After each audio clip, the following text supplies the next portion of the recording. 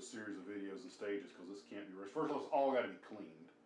It's clearly been in storage for a while, which is just part of the attraction. And I think these might be decals. Just awesome. Honey, we got to add a room to the house to put all my flying saucers. Oh man. And you know what's going to happen? I'm going to wind up learning more about the Jupiter season. Just going to turn the intro off for a second. 1,000, 2,000, 3,000, 4,000. Oh, there. I'm showing it here. And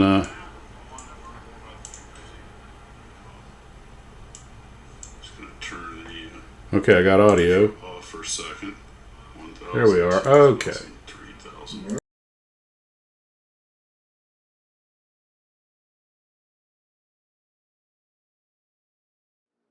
Well, hello, Blue Troopers. This is the intro for Livestream 201. We have a large box from Mr. Kimball up in Lyman, Maine. That's I think it's fairly close to Kennebunk. I was actually based up in Presque Isle, Maine, but that's way up in the north part of the state. That's a cool 3-4 hour drive, I guess. But he sent me two boxes. The small one I opened first, and boy was it full of surprises. It is electronics, the lighting systems for both the Jupiter 2 from Lost in Space and the C-57D. And they're pretty much already rigged up. He's got one of them all rigged up and ready to go for the C-57. And at the same time, I just got the two dome halves. I mean, today, I got this all at the same day. I got the two dome halves that Ken 3D printed for me for the C-57D also. So, of course, I couldn't resist dropping in to see how it looked.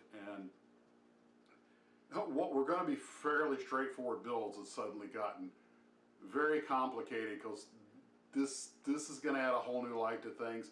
I thought I was almost done with the C-57D, and now apparently I'm only just beginning. It's only just begun. I got to rethink the whole thing. Now my Jupiter 2 is already up on the shelf and completed, so I either have to crack it open to put this lighting system in, or use the lighting system for something else. But this has got the lighting system not just for the motor, but for the entire interior. Oh my God, is it detailed? So we're going to be talking about this once the regular live stream gets going. For those who don't know, who's just checking in, this is just the intro. I thought I would do this instead of a lot of the music that I've been writing lately to, let's just say, varying degrees of acceptance. So, well, let's see what's in the box. Alrighty. Holy smokes. Literally, all I've done is cut the tape. This is the first time I'm seeing it. Okay, this is the Lindbergh Space Shuttle with boosters. Wow. Okay. The shuttle was the one thing I didn't have, and I forgot if someone gave me one recently or not, which means I'm probably going to rummage around as soon as we're done here and take a look. And, oops, it goes this way. Okay. And there is the model. Looks pretty straightforward. It looks like the boosters come largely with the SRBs. Unlike real NASA, these don't detach nor explode. Too soon? Okay. Oh wow, cool. Well, that'll help round out my space collection. Oh boy. I'm gonna need a moment, boys. The Jupiter I have is the one that's yay so big.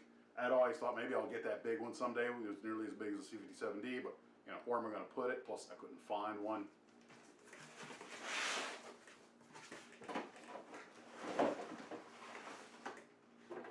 Dun dun dun! Give baby a bath here. Well, at least now we know where the lights are going. Oh wow. Oh wow. And this, it's not quite as big as the C-57D, but this and the C-57D are idea. Life was so simple a little while ago, and now I'm making plans. You know what? This is going to be great though, because you guys remember I said it'd take about a year to do it, and the rate it's going, it'll take longer. I wanted to make my movie, video, faux TV commercial advertisement for, you know, Consolidated Galactic Starships sales and service, and it was going to use all these and green screen and stuff, make a real production out of it, and now I've got just the model to do that. And oh wow. Fiber optic. Oh, there's a whole bunch of fiber optic. You know, I'm going to have to learn how to use this stuff. No lazy modeling. Keep learning. We must. This is from the fiber optic store. Okay.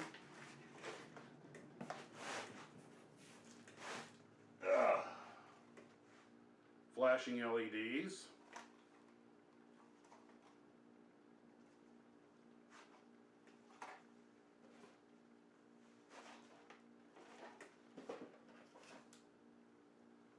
This clearly was made to do something. So now it's some kind of electronic device that's already been assembled.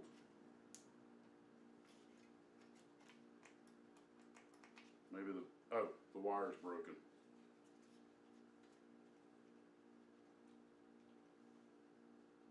Okay, broken from where? I'm just tracing. Okay, there's the ground. Okay, I'll have to figure this out later. Right. The battery has a broken wire, but this red wire, oh, it goes to here. Nope. Oh no, it goes through there. Oh, here, here's where it goes. It just plopped out. See if I can get it in there. See what this thing is. It's a, whoops. Okay. This has got that, it's all hot glued into place, and it's got the rubber sealer thing there just popped out of there. I'll have to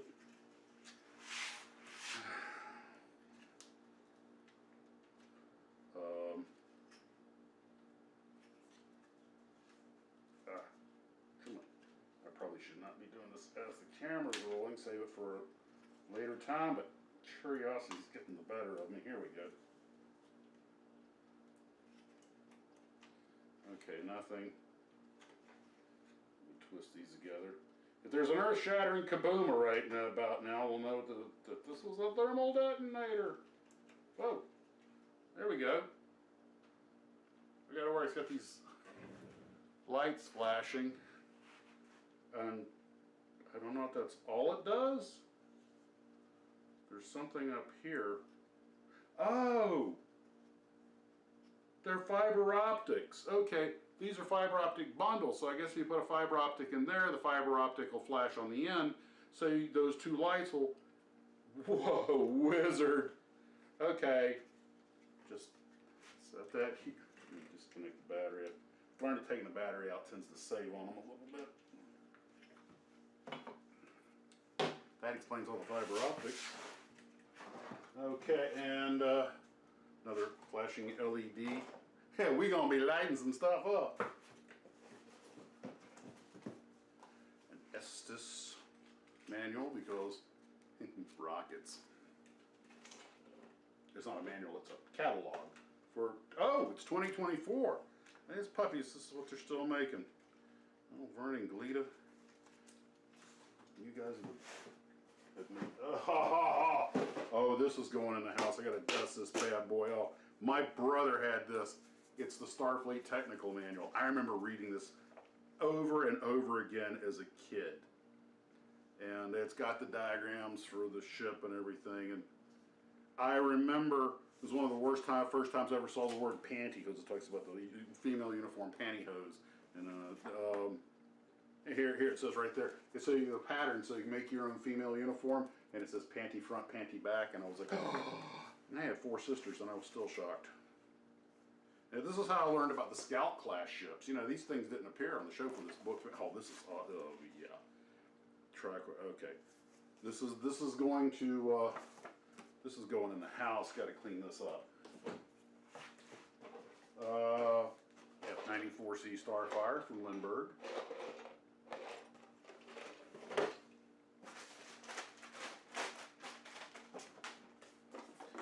Paragraphics. Mr. Kimball, you and your wife are saints. And it's, oh, it's some detail sets for the Jupiter 2, including some accurized decal sheets. And oh, great. Max, just let it spill out into the box, dunce.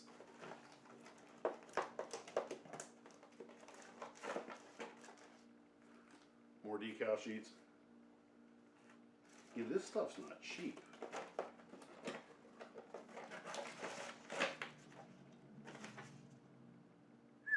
Yo, it is eBay bill, not cheap. Wow, okay. Let's see, let's set that. Oh, let's go some there.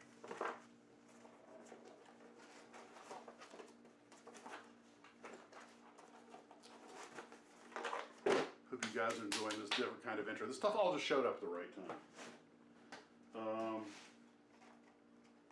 More flashing LEDs.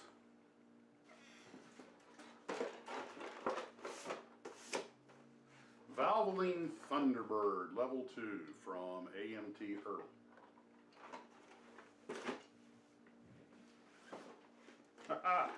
AMT Hurdle 57 Chevy, kind of considered the quintessential classic car.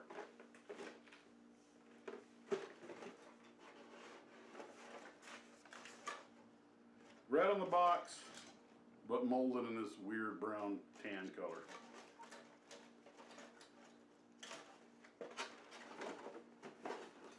You guys ever notice that cars from the 50s have a very unique smell to them? Or excuse me, a unique smell?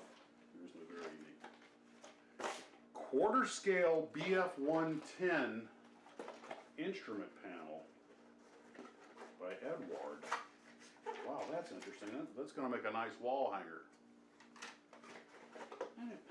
And you know what? I could put that with. I've got that F-16 Habatical over there somewhere. Those two would make a good companion pair. Show what's happened in military aviation over 30 years. Okay, here's more flashing LEDs. I'm going to light you up. Okay, 148 scale Master Series BF110D Noctjager from Wing Tech. Well, that's going to have to be a Dragon. Okay, some Dragon. It says Wing Tech up here. And beautiful. Okay. Oh, this is heavy. Ah! Lost in Space DVD set. I have to call Dan Monroe and see maybe he, because he's a huge Lost in Space fan, and see if maybe we could use all the stuff to you know, work together on some kind of project or something. I almost, oh, never mind, it's irrelevant. Here we go. Okay.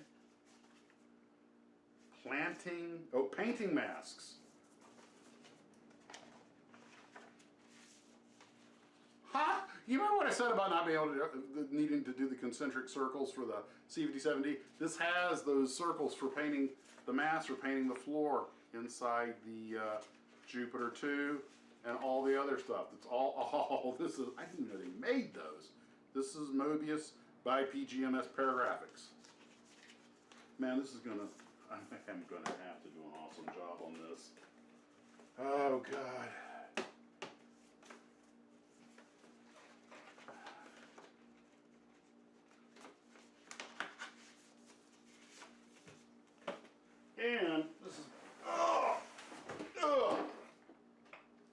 the Mobius Jupiter 2. This is all the other accoutrements that go in it. And, oh, look at that. It's got the engine piece already done like that for you. That's a good big time saver. So there's the shell, and here's everything else that goes in it. Oh, wow. There's one of the landing gears articulating already.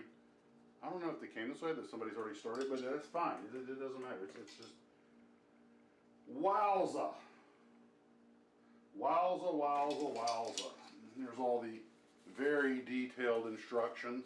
Whoops. I'm sure that's important. Oh, wow. I'm going to be ready to shoot a real movie in this thing.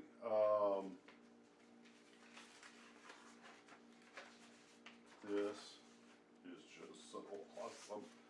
I think this is going to be one of those long build things where we're going to do a series of videos and stages, because this can't be rushed. First of all, it's all got to be cleaned. It's clearly been in storage for a while, which is just part of the attraction. And I think these might be decals. Just awesome. Honey, we got to add a room to the house to put all my flying saucers. Oh man. And you know what's going to happen? I'm going to wind up learning more about the Jupiter C than I ever dreamed possible. I can't spend much time in here over gas calls. Your genius host, about 20 minutes ago, I was cleaning up the desk to make room for all this stuff to make this video. And I grabbed a Tamiya orange bottle, this nigh empty one, which, yeah, this one that's almost empty. Yeah, well, it was full a couple of minutes, half an hour ago. I picked it up. I thought I had screwed the lid back down. Oh no, that is the full one. Yeah, okay, so this thing was completely full almost. I'd only made a couple brushes, and I had put the lid on, but just enough that it could pick up. And when I, yeah, you can see it's trying to do it again. When I picked it up, it felt like it was screwed on, and I turned to move it over here, and the bottle separated like the lunar module from the command module, and just went over there and just dumped half a tube of glue into one of those boxes, which thank God didn't have anything important in it, but that's $4 or $5 worth of glue that just got wasted, and this place is, you know, gassing out, so I gotta run. Wow, Mr. Kimball, thank you very much, and I'm gonna box all this back up and set it here and figure out when I'm gonna be able to get to it and everything else. I was planning on doing the Sky Raider, maybe knocking out the other two Sky Raiders in a comparison Tamiya to Monogram build back to back while I was in sort of Sky Raider fever. And then I was probably going to start on the Tarhi, the CH-54, the Sky Crane. I was just asked about that recently, and I am excited to get onto it, but it's a massive build. It's an extremely detailed kit and large scale. And these drop in my lap, and now I'm going to have to engineer. I got the parts from Ken for the C57D, and now the lighting kits. Now what I'm thinking about, maybe, you know, it's funny, I'm saying all this as a video just to keep you entertained before the live stream begins, and odds are this is a lot of what we're going to talk about during the live stream, but just consider it your homework, you're studying before the exam. What I got to figure out now, because this has completely re-engineered my brain on what I'm going to do with the C57D. And what I was thinking was put a thin red paint, layer of paint on the inside of the clear bubble, and then a thin aluminum on the outside, and hope that the lights are strong enough to penetrate it, and then they would be red. Or I could just put some I could also line the inside with clear red. That way we know there wouldn't be much on it, and then I could just put a real thin aluminum coat on the outside of lacquer.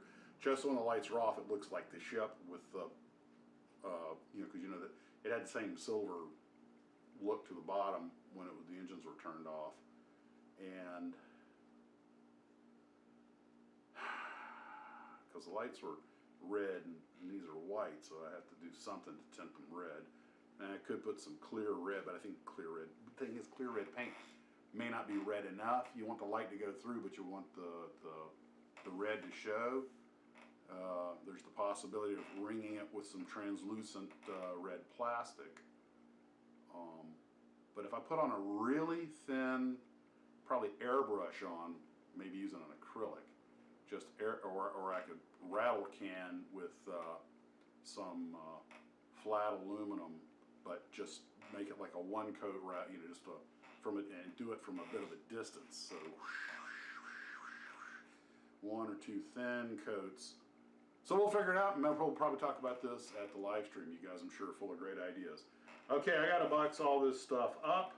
So while I'm doing that, I will just play some of my YouTube save self-made music. By the way, you guys, the music I've been doing lately, I have been using an online, I know a lot of you figured this out, so like you saying you don't like the AI music. It is, the initial thing, I go and tell it what I want, and the AI does generate something, but then I either write or modify the lyrics. I can't do a lot with the music, but I can force iterations on it. So yes, it is AI based, but it's not just a straight up AI music. I do have artist input to it. Probably not as much as I'd like, but it's quick, and it allows me to do something different. And if you don't like it, just turn the volume down. I tell you what, there's a little, I think I'm in line to make as much as $1.60 this month on YouTube. I may just drop the whole monetization thing. So far, we've been doing it for going on 3 months now, and they don't pay out to you at $100, and I haven't even gotten that far yet. I think it's $61.40 or something. So maybe by December I'll. But right now it shows me online to make $1.40 or $1.60 for the month. I'm not even joking. It is. Oh well, you know what? Who cares, guys? We'll see you at the live stream here in just a little bit. So let me get to this. I ain't gonna say model on because we're just starting. Well, you know what? I might run this on the outro. So yeah, what the heck? Model on. Oh boy, is it friggin' ridiculous.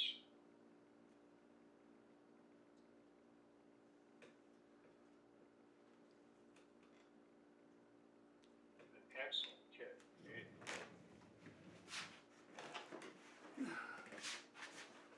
Oh.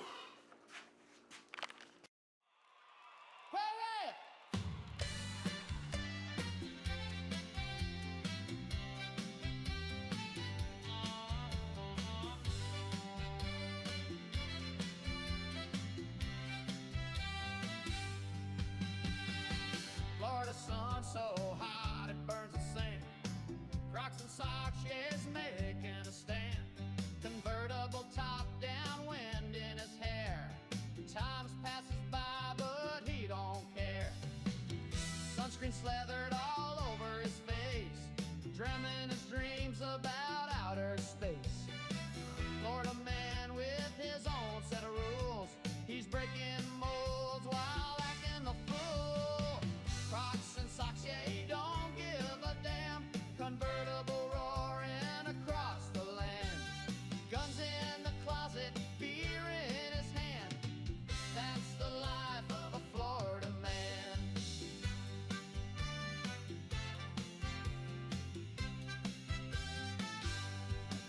He's got a 6-string air guitar in his soul. Plays it loud while the thunder rolls. Shooting cans in the backyard at noon. Riding alligators to a Skinner tune. He sweats at night under the moonlight's glow. Humid skies where the warm winds blow. Florida man, he's a ring-a king. Crocs and socks, they're just his thing. Crocs and socks, yeah, he don't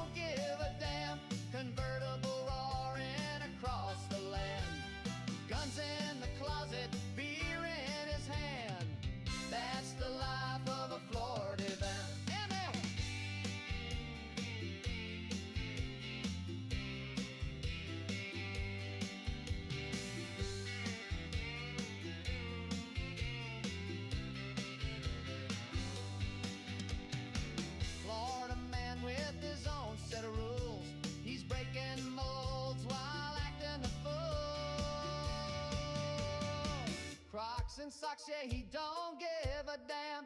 Convertible roaring across the land. Guns in the closet, beer in his hand. That's the life of a Florida man. Crocs and socks, yeah, he don't give a damn. Convertible roaring across the land. Guns in the closet, beer in his hand. That's the life of a Florida man. That's the life of a Florida man. That's the life of a Florida man.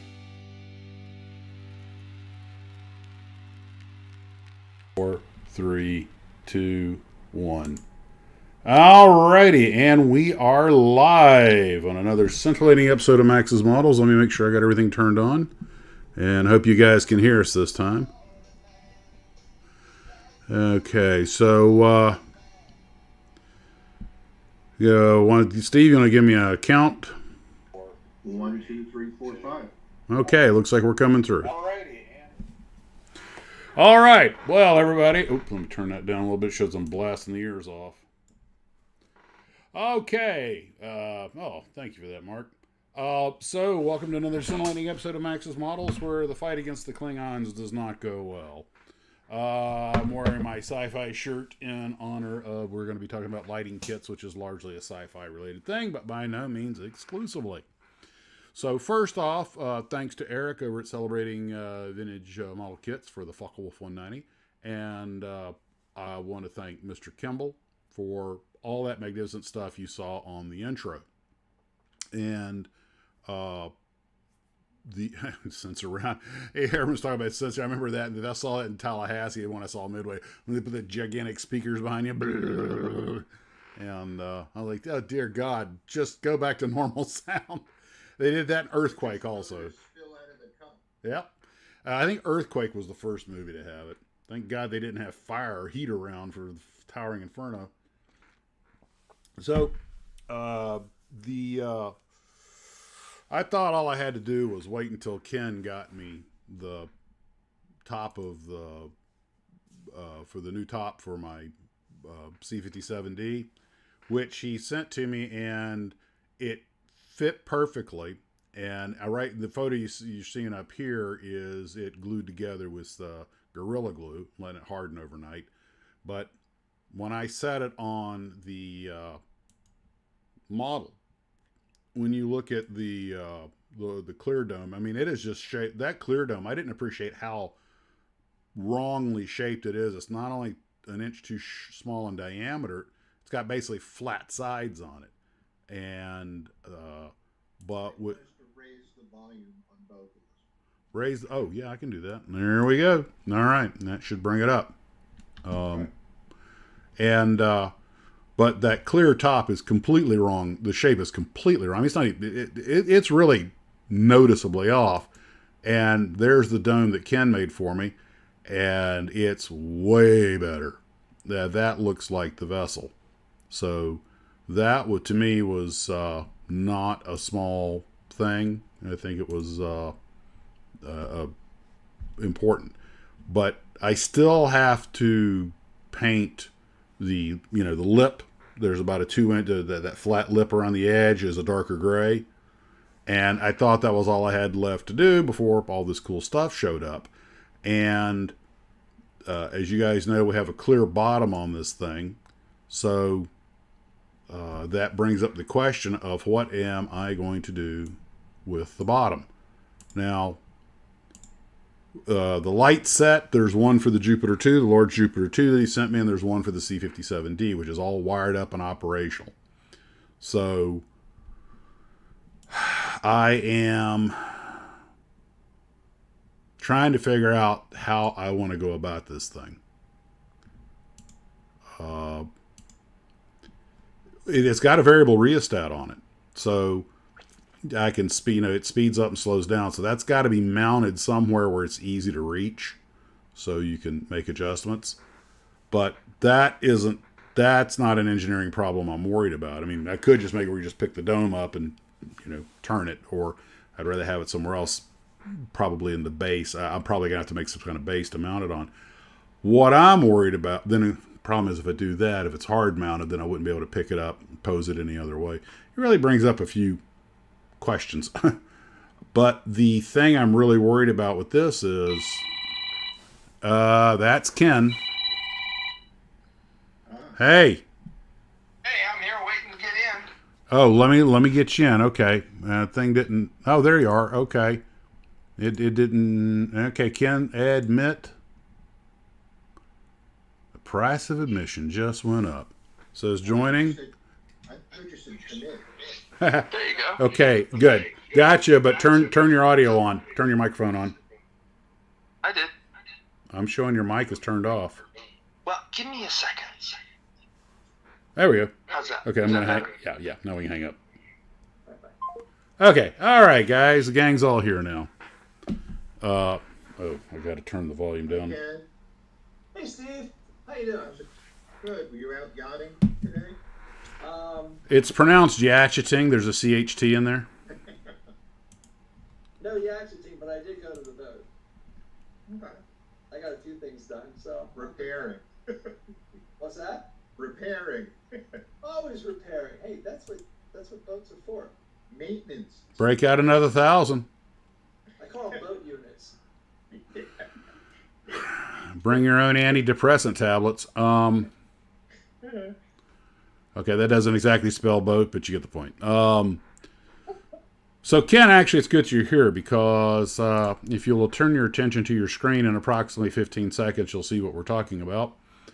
As the video I'm showing, links up in outer space, sails down fiber optic cable, which, by the way, we're going to be talking about.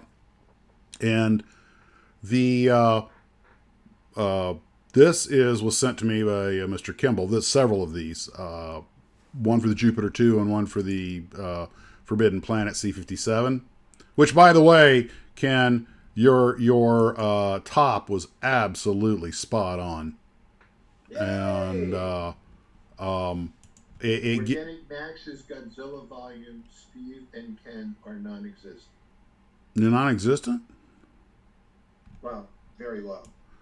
Okay, I've got audio input volume cranked up all the way. Let me. Well, I can always do That helps. Is that better? My eyes. I don't know, Max taking his shirt off. Yeah, well, don't go there. Don't go there. Don't go there. I'll just talk a little louder. Is that okay? That's what we'll yell. Well, I think part of it is you're away from the microphone. You're using an area mic? I'm using the microphone and the camera. Yeah, that's part of For it. some reason, it won't use my headset. I don't know why. Yeah, they seem to be glitches. Steve, are you using the area mic? See, I've got the Yeti microphone right in front of me, which helps a lot. I'm using the one in the laptop. And let me see if I can crank that. I can crank that up just a little more. But Field says that the C-57B looks like a hubcap from a 49 Mercury. well, it's probably what they use. I mean, it worked for Ed Wood, Yeah. but the profile is much better now. I mean, that's the way it's supposed to look. 'Cause if you look at the clear one, it's got the almost slab sides. I was just complaining about this earlier. It's got almost slab sides on it, and the diameter's an inch too small. But you look at the one you made, that is it.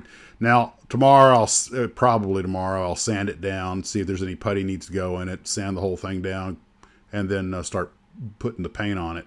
And I might use some magnets to hold it in place because I have the lights in there now that I got to play with, and that brings us to our dilemma.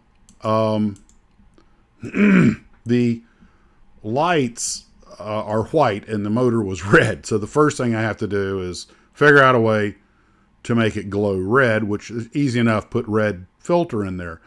But when the spaceship was not in operation, it had the same aluminum color as the rest of the ship. So you wind up with this, how do I get the bottom, which is just clear, and I thought about painting the inside clear red and the outside a real light shade of metal, like aluminum, and hope the light would penetrate it, because those lights are pretty freaking bright. In fact, they're so bright that, let me move forward here to where the lights are out. You can see it glowing through the hull to the top. And Is there a mask for that? oh, you can easily mask off the light. Yeah. That here's the compromise. And I've seen one that was professionally made, but it was not a kit. It's actually bigger than this.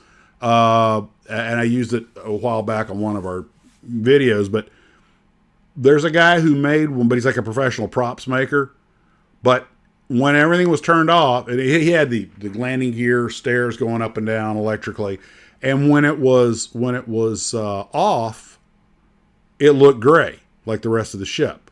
But when it came on, it glowed red and it spun. And I was like, okay, I'm assuming he's just got a light coat of aluminum on the outside and red lights on the inside. But whatever the case is, and I'm like, I almost said, hey, Ken, you want to print the bottom dome? It's smaller. But it would have to be thinner. And then I could put red filter around the lights. But that way it would just be, but you still gonna have to paint it. That's a problem. So I'm like, yeah, that's not gonna, even if the medium was a metallic gray, maybe the red lights would shine through, maybe not. Obviously it can be done. But I figure Is the bottom clear? Yeah, that's clear. What about getting that thing, like red paper that's like you can see through? That's what I'm thinking. But that's fine for when it's running, okay? Right. But what about when it's off? You don't want to have this clear thing with red paper inside. You want it to look so. I almost thought about seeing if someone could vacuum form a thin vacuum form the bottom dish in and I could paint that aluminum, and it would, when I set it down, it would like set it in a bowl. So when it's sitting stationary, it would look cool. But if you want to see the lights, then just take it out of the dish, and turn the lights on. And but what if you 3D printed or back formed a clear one that's just slightly smaller in diameter that you could drop in? Yeah. In fact, what you could do is you could actually vac form. I had thought about painting the inside of the lower dome with the clear red, but these LEDs are so powerful. I think they would just power through that. It would still look white. What I'm planning to do is I'm going to have to get some. I've got a ton of clear plastic. So what I'm thinking about is take some that sheets of clear plastic I have and start experimenting. Okay, paint one side light aluminum, paint the other inside red, put it in front of the lights and see what happens. And if that works, then maybe go ahead and do that. But I obviously don't want to use the dome on the bottom, because you get one iteration at that, and if it doesn't go right, you screwed yourself. It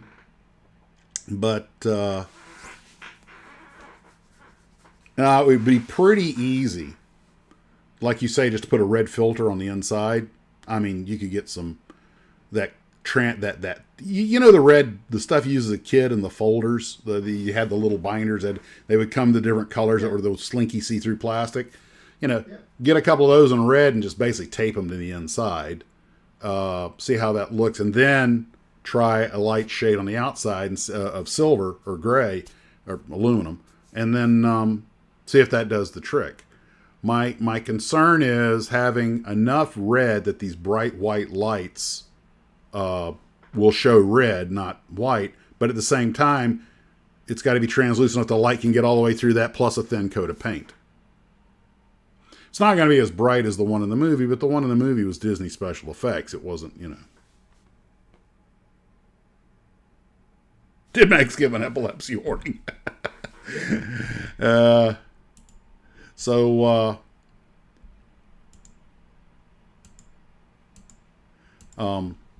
Anywho, so that's kind of now the C57D should be the easy one to light. When we start talking about the Jupiter 2, that's when it's going to get really that's when it's going to get entertaining, because that's got all kinds of lights. Ken, you don't know this because you just got here. I got a box today from Mr. Kimball up in Maine, and it included the large Jupiter 2 model and a ton of lights for it, and paint masks and aftermarket decals. I mean, it's some serious stuff. Here are, in fact, let me, here we go. Let's take a look at some of the goodies that we got. Let's see. Oh, wait, is that the... Yeah.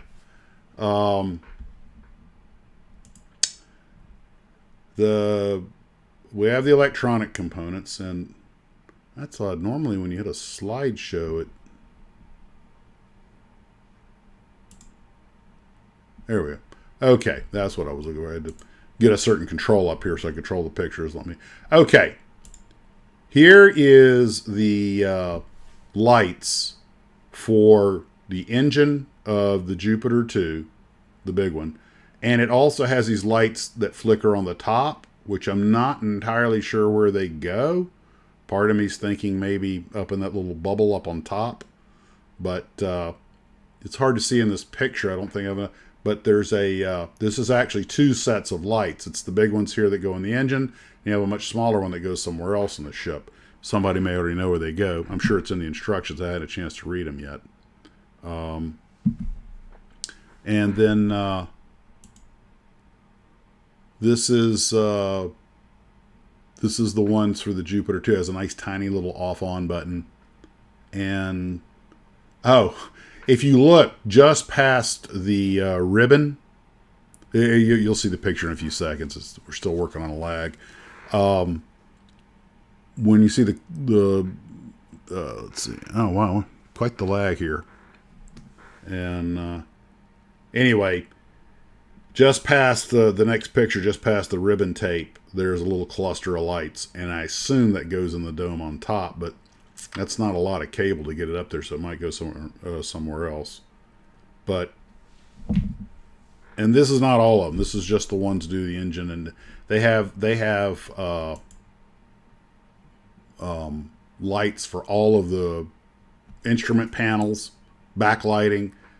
You know what? Let me just go on to the map. The guy that gave me some of these LED strip lights, and this bag of goodies. All kinds of greens and reds. I mean, all kinds of stuff. I'm going to have to figure out what half of this is. Okay, here we are. We're getting to the instruction sheet. And there. You guys will see it in a bit. But it's the map for where you have to put all the lights. And it... Also a paint guide. But all kinds of little holes have to be drilled for these little things. Now, the LEDs that I used to light up the C-57 cockpit earlier were ones that I just had on the shelf. They're really a little bigger than what were intended for a kit like that. Heck, some of those things I got at Radio Shack. Give you an idea how old they are. Are you doing that again? No. And, it was weird. The tiny little ones didn't really put out enough light, and the big ones put out way too much, so I had to try and hide them so they would just illuminate the room. But this is pretty much made for this, so it is really lit up like a Hollywood set when you're done. And there's the map. There's one of the maps. There's another one coming. And I look at this, and I'm kind of like, this is one of those things that you make a plan, and you rehearse, and you look at the instructions, and you double check before you drill your holes, and make sure you got everything lined. You do it in little dribs and drabs, and because I could see something like this would be real easy to get stuff wired up wrong or something. And I've only illuminated a few kits, and I remember one of the things when I was but a tyke, my brother had the Enterprise that came with the wheat bulbs for the sensor and the bridge and the Broussard collectors, and he could never really get them to work very well. But I was just enamored with the idea of a lighted kit. So one day I went through all the trouble to light up an Enterprise. I cut out some of the windows, which, by the way, AMT used some pretty freaking thick plastic on that hull. Trying to etch that out smooth with an X-Acto knife was fun. And I read all paint the inside black as a light shield, and if you want to enhance the power of the lights, put aluminum foil in there so it has something to glint off of, and all those little tricks. And it looked great. You know, I found the little bouncy rubber balls that had the flickering lights. You could put them in the Broussard collector, and you wired them up, and everything was wired up to the batteries and the base. And I had the Broussard collectors flickering, and I had painted the inside light red so that it could power through. And then had everything lit up. I had the flashing position lights on the sides of the saucer section. And this is before phones took a lot of video like they do now. I had about a 3-second clip of it, and which I have long since lost to the ages. But it really looked good. I mean, not like these big pro models and stuff they have now, but for somebody who converted an AMT kit, I thought it looked really good. I still have the model on the shelf. It's my Enterprise on the shelf, but the lights have long since either burned out or quit working. And I'm like, wait a minute, I got to tear the thing, because these are all Radio Shack bulbs, which, man, Ken actually helped me, show me how to solder them and hook the LEDs up, because the current can only go one way. You remember that back in the old shed? And I was so proud, you know. But then after a few months, you can click it on, and one of the lights is burned out or doesn't work, and then another one, and then another one. You know, after you're like, kind of turns you off a little bit. But now I'm looking at this, and I'm thinking, okay, if I'm going to put all this in here, there's one thing I have to do. I have to make sure I can take it all apart again. Then I find out that he sent me the letter. Mr. Kimball sent me a letter with it. And he told me that, I think this is where he said it was held together with magnets. He's got all the bells and whistles. So they have it set up so you can crack it back open and get the stuff you have to. You going to try the headset again, Ken? Nope, nothing. Zip. I think we have to get microphones. Maybe it. Now I hear you. Is that your boom? You're way out there, but I can hear you. Put it close. Oh, you. Yeah, you're using it. Through the camera. Okay. So. I can't get that to work. I don't know why. It works great at work. Who knows? Some codec or something. Poor Steve. Don't worry, Steve. When this is over, you can have your nap. Yeah. But. Are we keeping you awake, Steve? No. But anyway, it's got a paint guide and everything, and I'm probably have to mix some of the colors. That light green, I think I actually have that. So I'm looking for, first thing I got to do is wash it. It's been in storage for a while, so I got to give it all a good bath and get it cleaned up. And Heath kit. Edward just mentioned I built a Heath kit in high school. Oh yes. Heath kits. Oh yeah. We all did. Hey man, that's back when kids knew how to make electronic stuff. You know, it does come with some diffuser sections. Here's some diffuser pieces, light diffusers. So I'm sure there's a place for all that. And can you imagine trying to collect all this stuff when you're a kid? I'm not in space. But, Phaser burn on your shirt. yeah. This is my red shirt. Hold on, this is my red shirt. You know, I've got 2 red shirts. The other one says phaser bait on the back, and this is one Monica got me, and it's got the burn marks all over, and like this I started off with, yes, the battle with the Klingons is not going well. And you know something I learned from watching Star Trek, you know what Klingon disruptors do not have? A stun setting.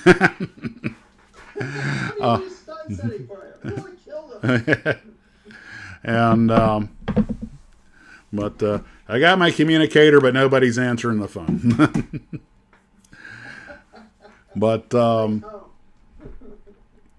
Yep. This is my red shirt commemorative T-shirt. And 20% of Max's volume. Sorry, I have tried everything I can do to get this thing to work better, but that's the best I can do. you're just gonna have to shout, Ken. I'm gonna have to. You don't. Yeah, well, maybe you can get a separate mic. You know, they're pretty cheap, but because Steve, are they hearing you're okay, right? No. No. Yeah, that's what we're gonna have to do. We're gonna have to get mics. And I'm plugged into the mic jack. My headset's plugged into the mic jack. It's not working. yeah, I don't know. I'm thinking about getting a new computer soon anyway. Did you go in and manually select the boom mic? Because sometimes That's when it wouldn't work. Go When I figure. selected that's when that was the mine. Yeah. Oh well, sucks to be you. At least I don't have phaser burns on my shirt. Hey, guys like you can run around and enjoy your freedom because guys like me are out on the line keeping the Romulans and Klingons at bay. But I'm not sure what these light diffusers are actually, where they're going to go in the ship, but I know that they are part of the package that he sent me, so I'm sure there's a place for them. And we're running like a 20-second lag. These are Tenna controls from Ralph Tenaglia, so they're pretty well known for their stuff. And but volume controls off of from the other people. I don't think so. That would be in Zoom, I would think. So I don't think so either, but I just thought I can take a look at it. Okay, the audio capture that on the OBS is just for my microphone. So if I go to Zoom, audio, whoops, test speaker, that's for mine. Leave computer, real speakers. Same as system, audio settings. Audio, test speaker, test microphone. Automatically adjust noise suppression. Personalized isolation recommended for crowd environments. Origin and sounds for musicians. Live audio performance. Spatial voices will sound like they're coming from... Spatial audio.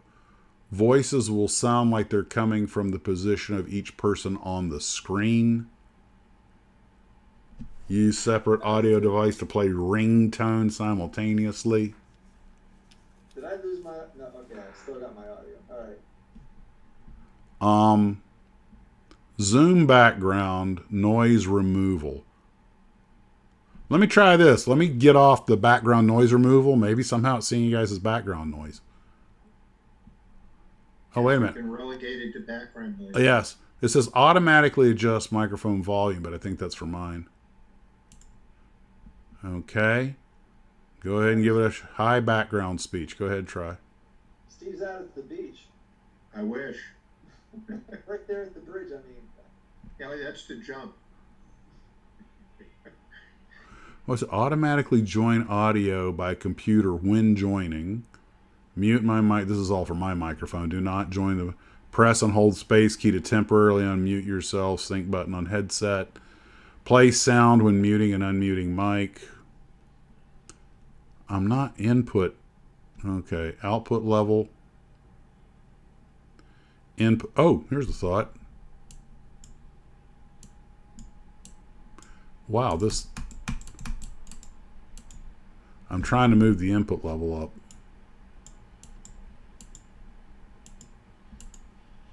Celebrating Vintage Model Kit says, last Sunday at work, get out your notes.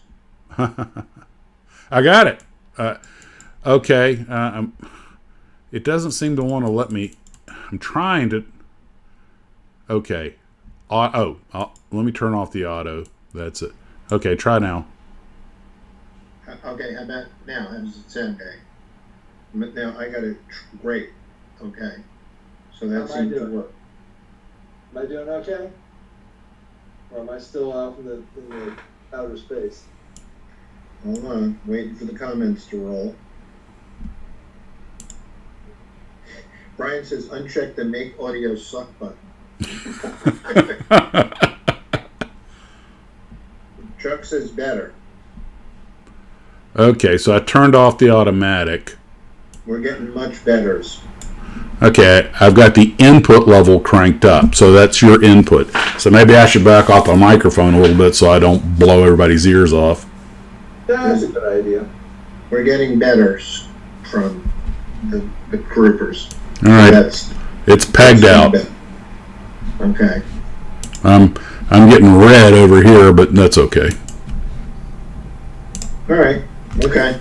Seems to have done something. Better dead than red, but if you wear one of these shirts, they kind of go together. Now you're garbled. You're overdriving. Okay, what if I sit back here? No, same. You're still overdriving. I think I might have a cure for that.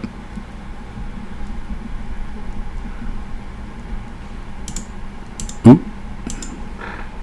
Oh, okay. That didn't work so well. Oh, look at that, Ken. Wow. Okay, guys, Ghost of the marina. all right, I turned off my Yeti. Okay, now you sound good. Okay, so we're all three on area mics, so that's why it's able to balance it out. So I'll just put the unplug the Yeti just so we don't get.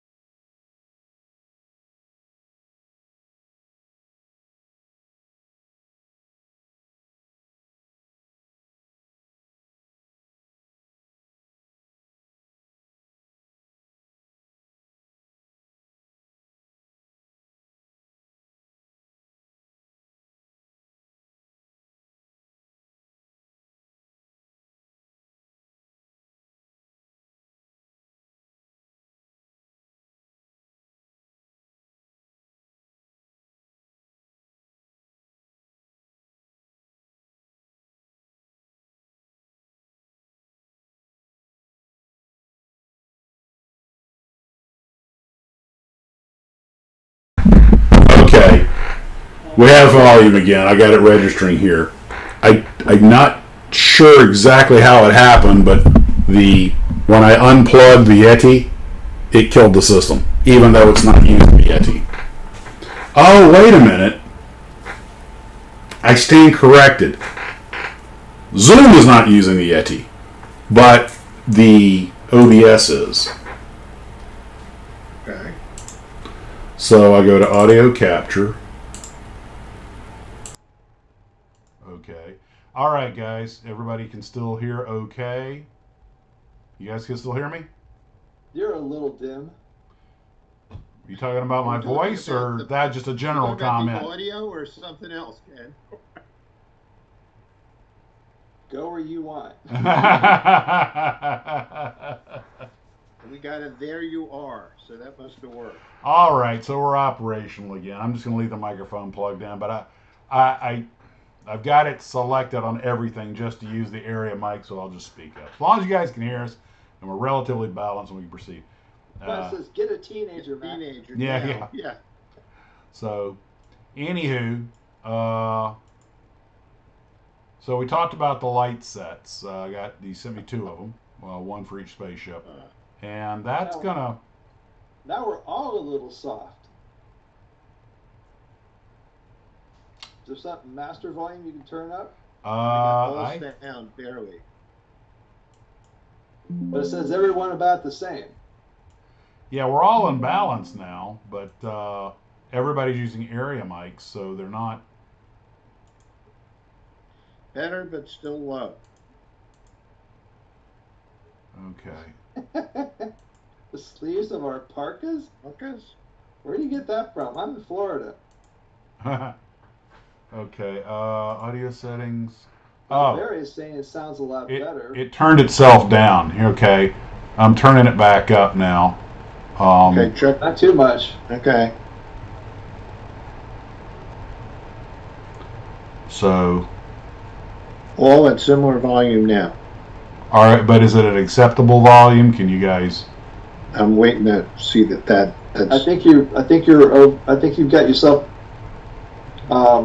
amplified too much, Max. It sounds like you're overdriving. Better.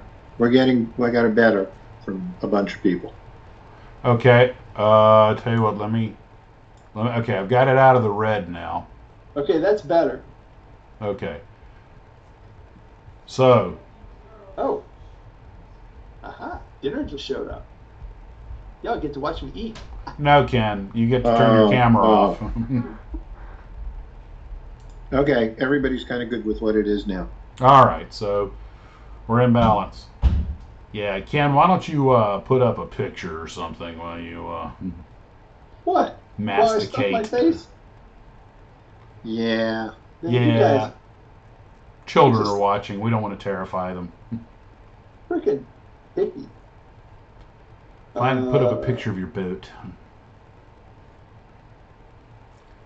Well, hold on. I've got a cure, Ken. You don't need to do that. I can do that.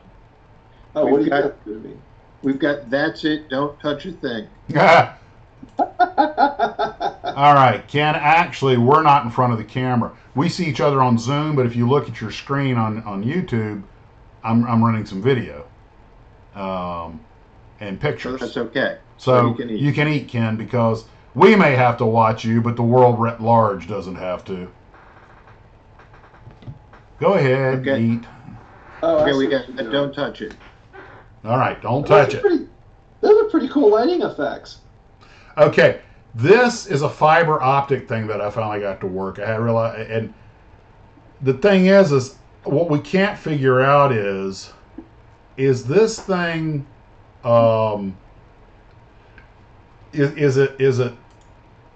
it's the lights. There's two bundles of fiber optic cables, and it switches back and forth between them, giving this old Hollywood computer effect.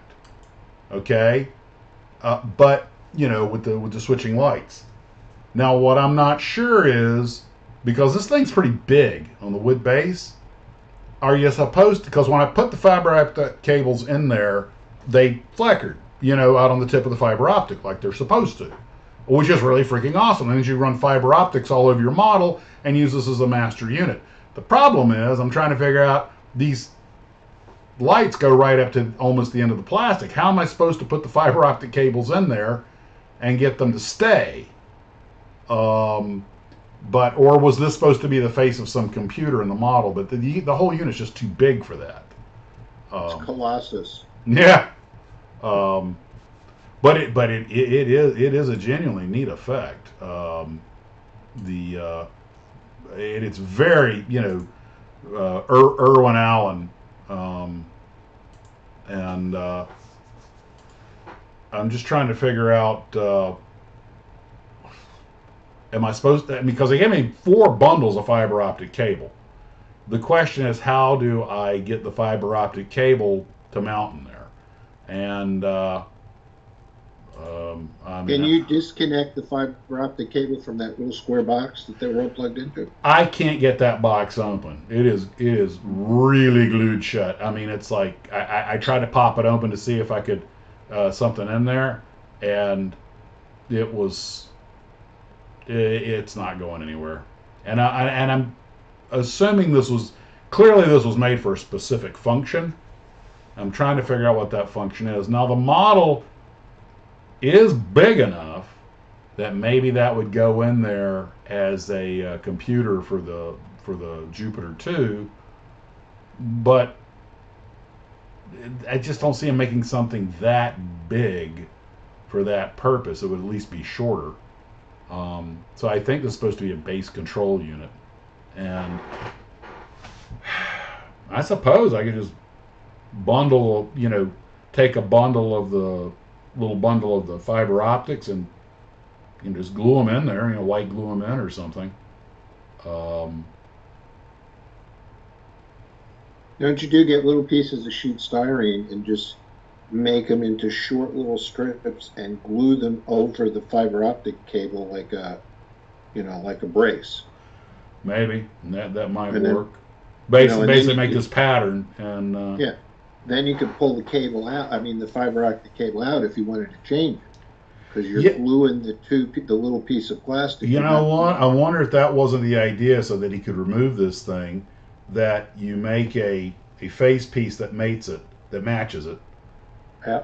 Put all the fiber optics in there, and then it would just rubber band or strap into place. And Steve, that might where there is a little bit of a divot, so it could be Max? line. Did you freeze the video? Yes. Oh, okay.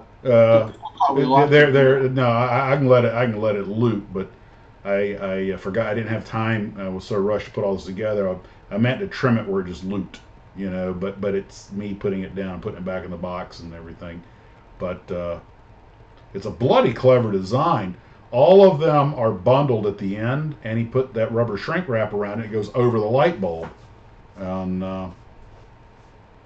Yeah, well, otherwise all the light would escape yeah. And before it got to the end. I just had a silly thought.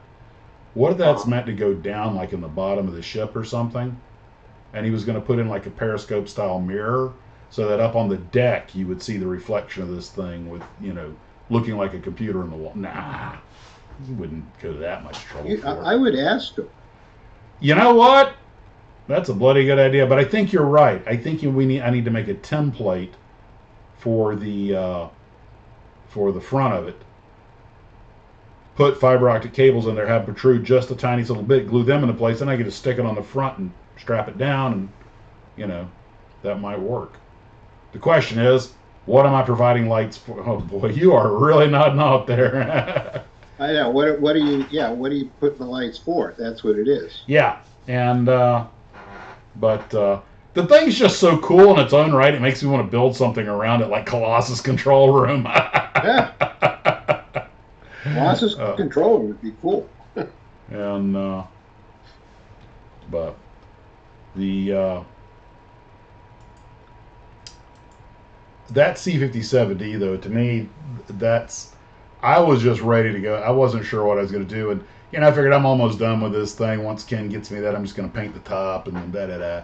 And now I'm like, all kinds of wicked ideas. Like, now I've got to go down the rabbit hole with it, And I got to look. The dome's clear. The original dome that came with it is clear. The one Ken made me is the white one on top right here. Oh, okay. But it's shaped. The one Ken made me is shaped right, and it's also on the actual ship it was not it wasn't clear. It was in a solid piece. It was silver. And somebody did. If you had a clear one, you could put the interior back in. Well, that's what the clear one's for, so you can see the interior. But I'm like, but then the ship doesn't look right. And optimally, I think if somebody had a big enough vacuum form machine, I would have put the interior inside, and then I would have just had a silver dome vacked over it. They could just drop on it, and you just take it off to show people the inside. But if you're going to do that, why bother to have a clear dome? Now you know what? It's funny. Now that you mention it, hindsight being 2020, I could have put all the stuff inside the ship and just had the Ken make me that dome. Of course, I didn't know you could do that back then. And then I would just take the dome off to show the inside,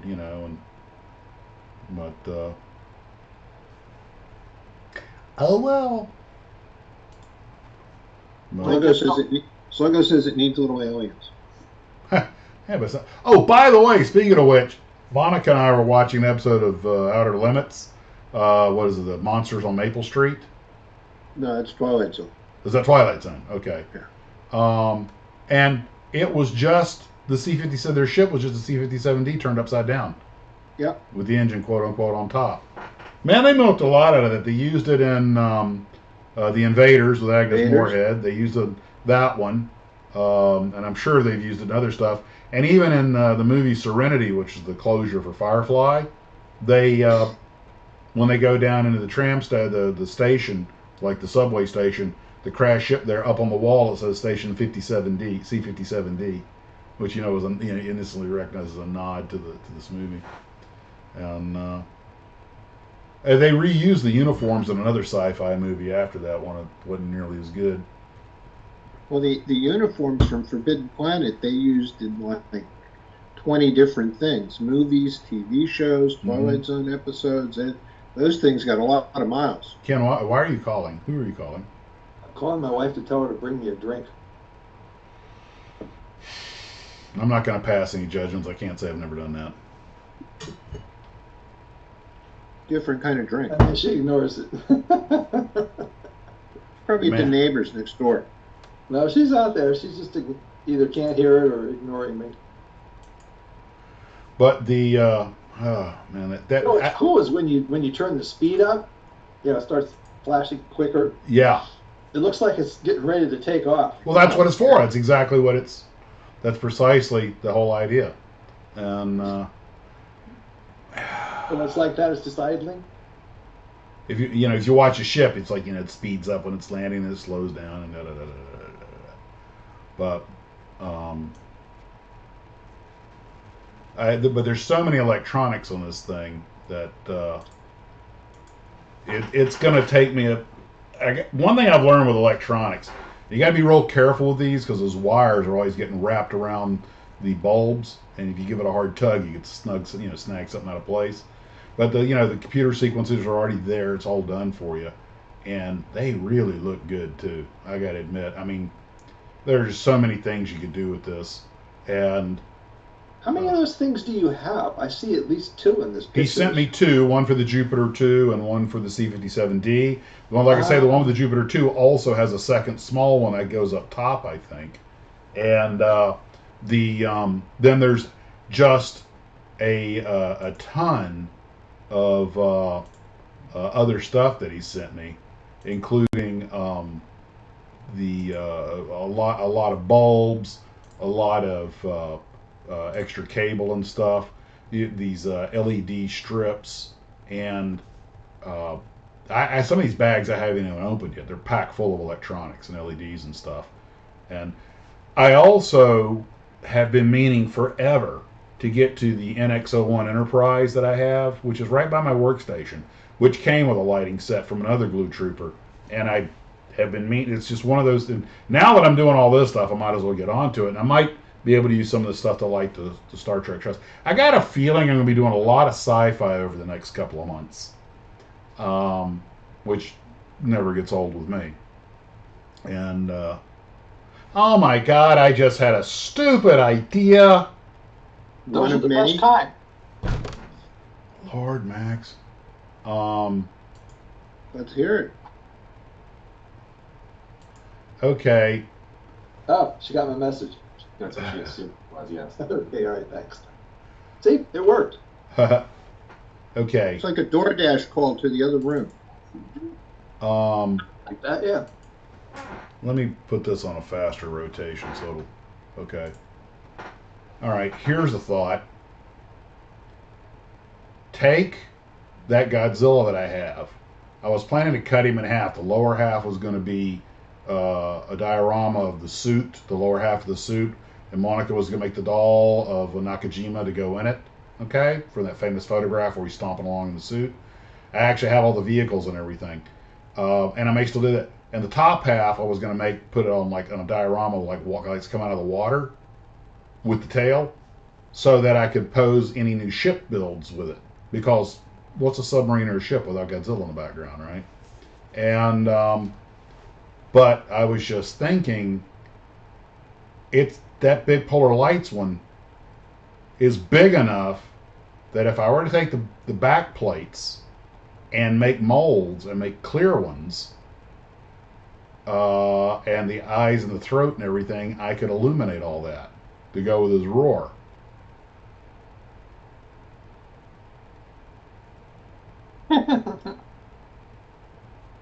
Now you need to go to school, learn how to solder. Well, a lot of this stuff comes pre-wired, Ken. I mean, but you're right. Yeah, but some of those things are a bag of parts. Yeah, some of them. Well, you're the one that taught me to solder that stuff. I'll have to go get that. I probably lost my little battery-operated solder gun. I'll have to go get another one. Frank Field said it only took 50 minutes to mention Godzilla. Like you guys are going to get out of here without that. But that would be pretty freaking cool. Then find some little kid who's 3 or 4 years old and give it to him as a gift and have it come on automatically when he's trying to go to sleep at night. Yeah, and then you'd see it fly from the second floor window. And but man, I saw a guy that made one of those full-size Godzilla suits, and he had all the stuff in it.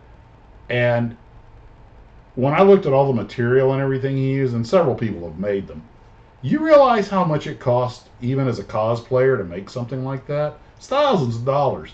You don't appreciate it, how much material goes into it, and that's assuming you don't put any value on your time. But anyway, and there are people that convert those like a regular Enterprise or a regular Klingon battle cruiser, and they'll bore everything out and cut the plastic, and they will light those things up, and they look great. Just good God, it's got to be a labor of love, because that's a lot of work. Yeah, there's your bag of parts right there. Yeah, it's gonna feel good times. Now, Voodoo FX, from what I've seen of their stuff, just what I've used so far, they do nice work, and the stuff just looks wicked cool. The little Forbidden Planet C-57 actually has the rotating bottom piece, the light stationary. That's really the way it's supposed to be, but and I had thought about doing that with this one, but you still run the same problem. How do you make it look aluminum when it's not in use and bright red when it is in use? And, there's a point in time when you just have to resign yourself to look. That was a movie with special effects. There's only so much you can do with plastic and lights, and decide how you want to go about it. And I think, and like I said, I've got to run experiments on this. I'm not going to touch that clear piece until I am confident it'll work. But I think a thin coat of aluminum on the outside and some sort of red filter on the inside would do it. And you can put the black stripes in there if you want to give it the segmented look. But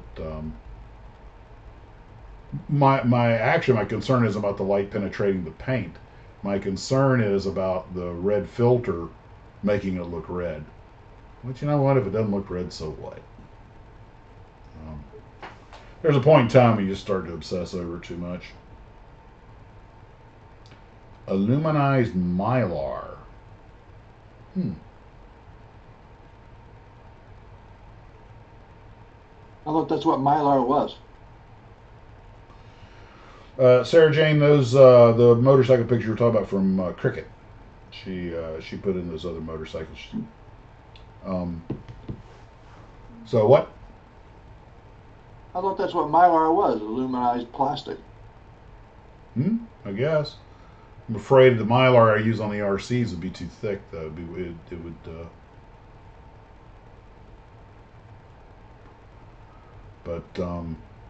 Yeah, Mylar doesn't typically pass light very well.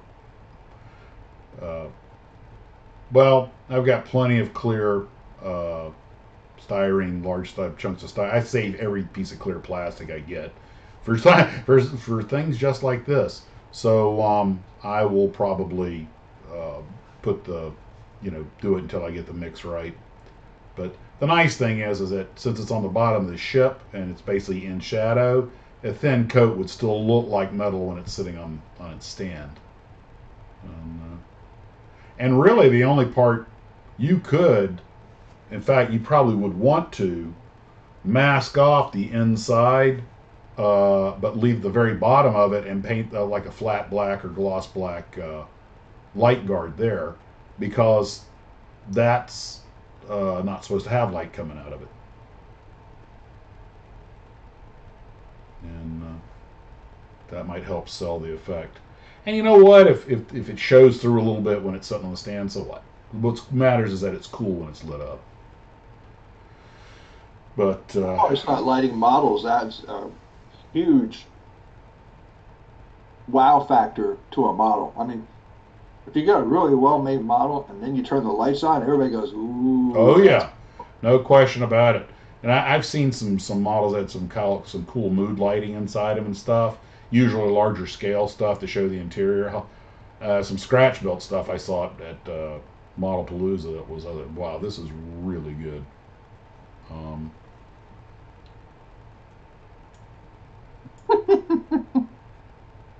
Crowd says biggest design flaw of the Jupiter 2. No bathrooms. But I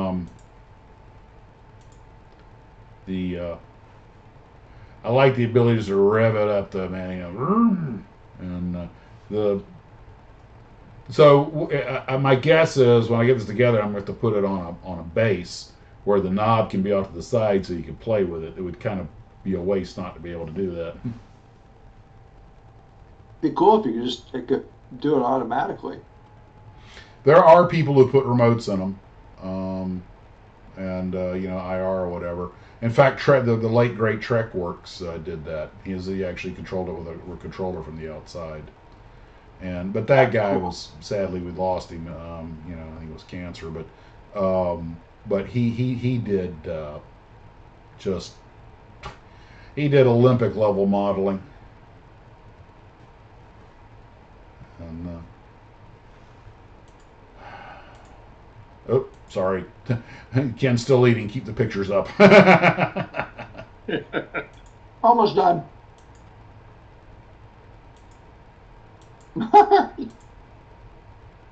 Good Killer says, I've seen plans in the Millennium Falcon. It does have a bathroom. Nah. But Ken, I got to give you credit though. That file nailed it. That profile I think is just right. And well, I had to resize it. It wasn't the correct size. Right. Well, I told you it had to be 10 inches. That's why you had to do it in 2 parts. But right, exactly, because my bed wasn't big enough to do it in one piece, and that I had to do on its side. Huh. It wasn't made flat. I know it was a pain in the keister for you to do it, but it was a price I was willing to pay. Anytime, Max. Oh, of course. By the way, I'm leaving these pictures up because Ken's still eating. Trust me, you want me to. Almost done. No worries. I'm just, mocking you while I have the opportunity. So, I was Matt over at Mattline67, the guy who does all the faux box art. I don't know if you guys saw, he just put out a video. He's actually making faux boxes now. Yeah. And with instructions. With instructions. I had a thought, which is always a dangerous thing. Oh boy. All right. I thought about him doing a larger one than the ones he's showing, because the ones he's showing are small 1/72 scale things. If he could do a larger one of the box art he did for Capricorn 1 where the OH6s are chasing the Stearman. Now hold on, kid, gets better. Then I would buy a couple of 1/72 scale OH6 kits and a 1/72 scale Stearman and put those kits in the box. And then take it to Pam's Con or Jack's Con and ask $200 for it as the only one ever made.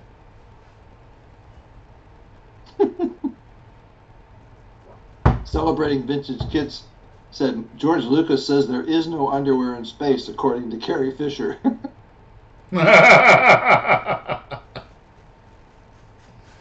Well, she would know. I mean, I don't want to go there, but come on, Princess Leia. I mean, really, who named that character? I mean, that was just begging for. Never mind. Let's go anyway. So move on. Move along. Nothing to see here. Yeah, Ken, that was kind of the problem. Okay, I am done consuming food. All right, and we're back with the live pictures of the three of us. And so the I don't know. I think one of the hardest things to light would be something like Keeler's Titanic, because technically it's just white lights, but there's so bloody many of them. That's one of the challenges he's had building the thing. he spent so much time doing the lighting, and there's tons of lights, as you said, in the boat. I mean, it's unbelievable. I can't even begin to tell you how many cans of paint he's used to paint it. What I would probably do if I was in his situation, I would paint the inside. I would paint the inside black. Okay. What? Edward Bender says, Ken, remember when you need to clean the hull of your boat? Max owes you. I love seafood, but I'm not eating barnacles. So I would paint the entire hull black, inside and out, because the outside was black. Then, after that was nice and hardened and everything, go in and paint the inside gloss white. That would provide a proper light barrier. Then, instead of trying to put all these freaking LEDs and stuff in there, I would just put in several somewhat larger lights, maybe some reflectors, some foil or something to bounce the light around, and that should illuminate all the portholes without. Please tell me he's not trying to illuminate every single bloody porthole. Pretty much. Oh dear God, no! No, no, no, no, no, no, no, no, no, no, no, no, no. You'll go insane. Well, anybody who would build a kit that big is. Yeah, that hits a little close to home, seeing that I got two gigantic flying saucers that I can't even put on the dinner table. Where am I going to put these things? I'm going to... Clearly, we're going to need another shed. That friggin' Titanic model is like 5 feet and change long. Hey, I've got that submarine that's 4.5, the 1/72 scale Gato class, which, by the way, is actually a very easy kit to build. It's big, but it goes together very easily. And the one I built for Dave Knoll was one of my better builds, and I'm really, really, really impressed with that kit. But it's just, like you say, it's just really big. And one reason I haven't built it is I'm not entirely sure where I'm going to put it.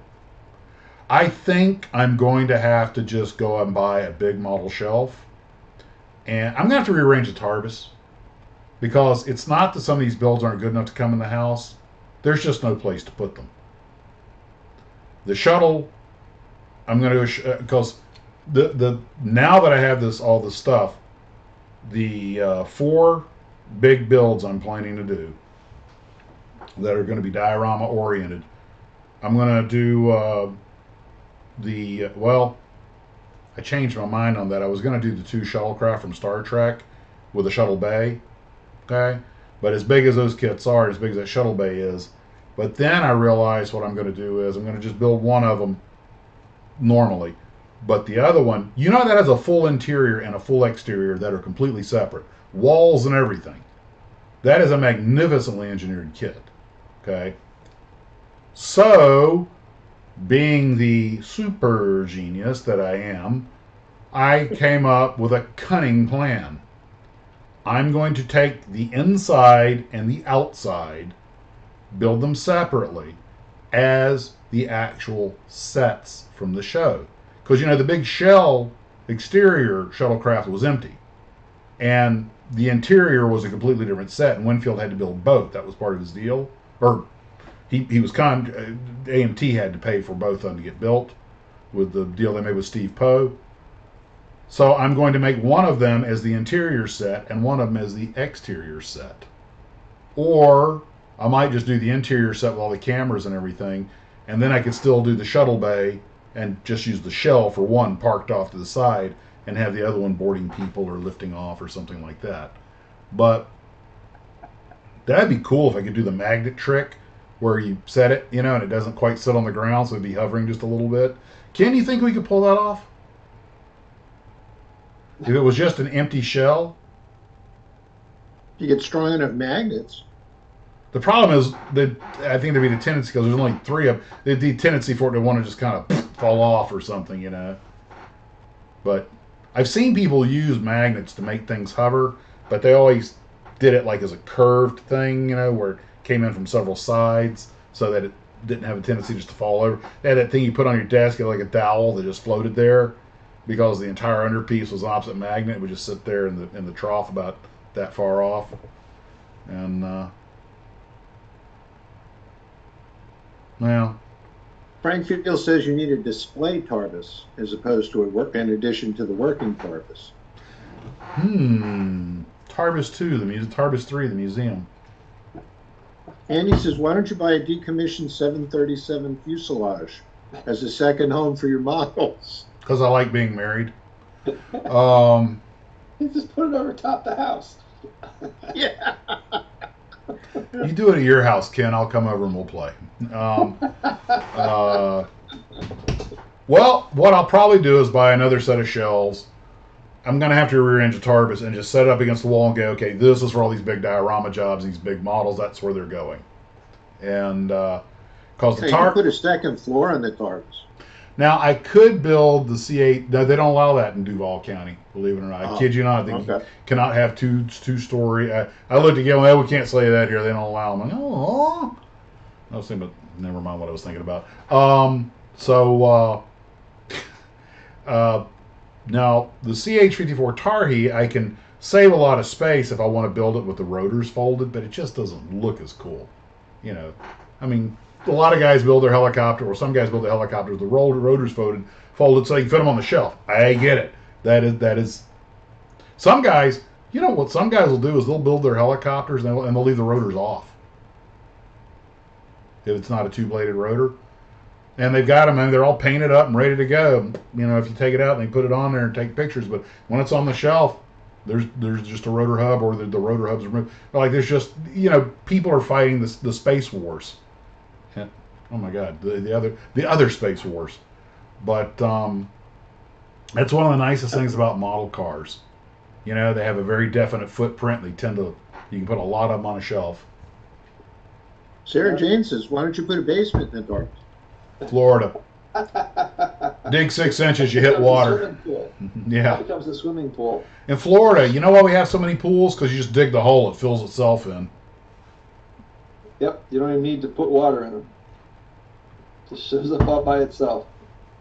But the the space shuttles, I mean the Star Trek shuttles, like I say, I plan to do one as the set. Then I could do the other two because I just have the shell for one. I could do that as the do the shuttle bay, and of course it would just be a cardboard print, you know, to set the mood for the thing, because the shuttle bay in Star Trek was pretty basic. And then the other one. Somebody said earlier about making the lights go on and off in the windows on the Titanic. And they said, oh, you need 10,000 light bulbs to do that. No, you can do that with fiber optic. You put it all into a big bundle, and then you run a filter over it that blocks out some parts of it. But what I don't understand is you could light. So now you could light the model internally with just a string of several lights strategically placed. The light's gonna make its way to the portholes. In other words, you could have a center thing of row of lights going down the thing.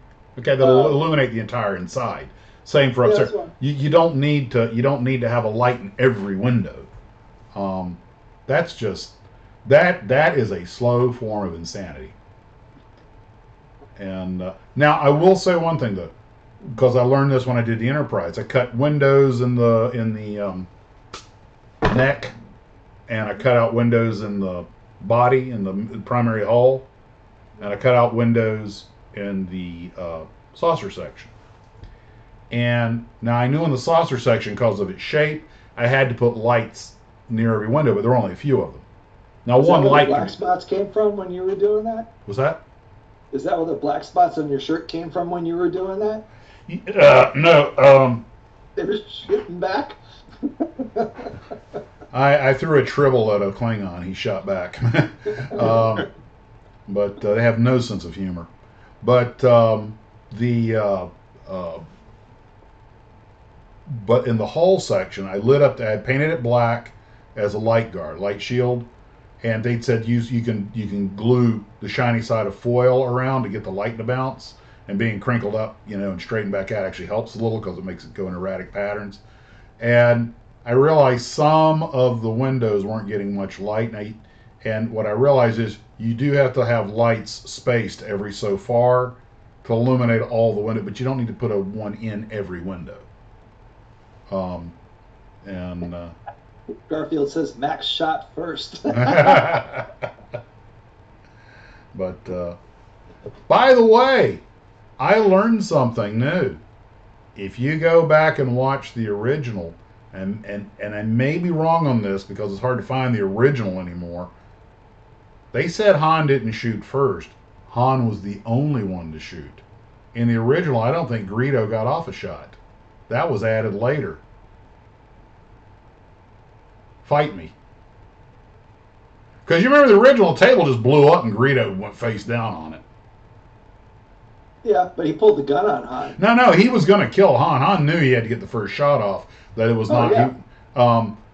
In fact, the first time I saw the movie and didn't know how it was going to turn out, I was a little nervous because you don't know who any of these characters are, and Han is quietly unsnapping his C96 Bolo Mauser DL44 blaster, and I'm like, who's going to win this thing? And he's using the old trick, of distracting people by looking over here while he's, the magician's trick while he's looking over here while he's getting the blaster over there. And the table blew up, and I didn't know who shot who until Greedo flopped over.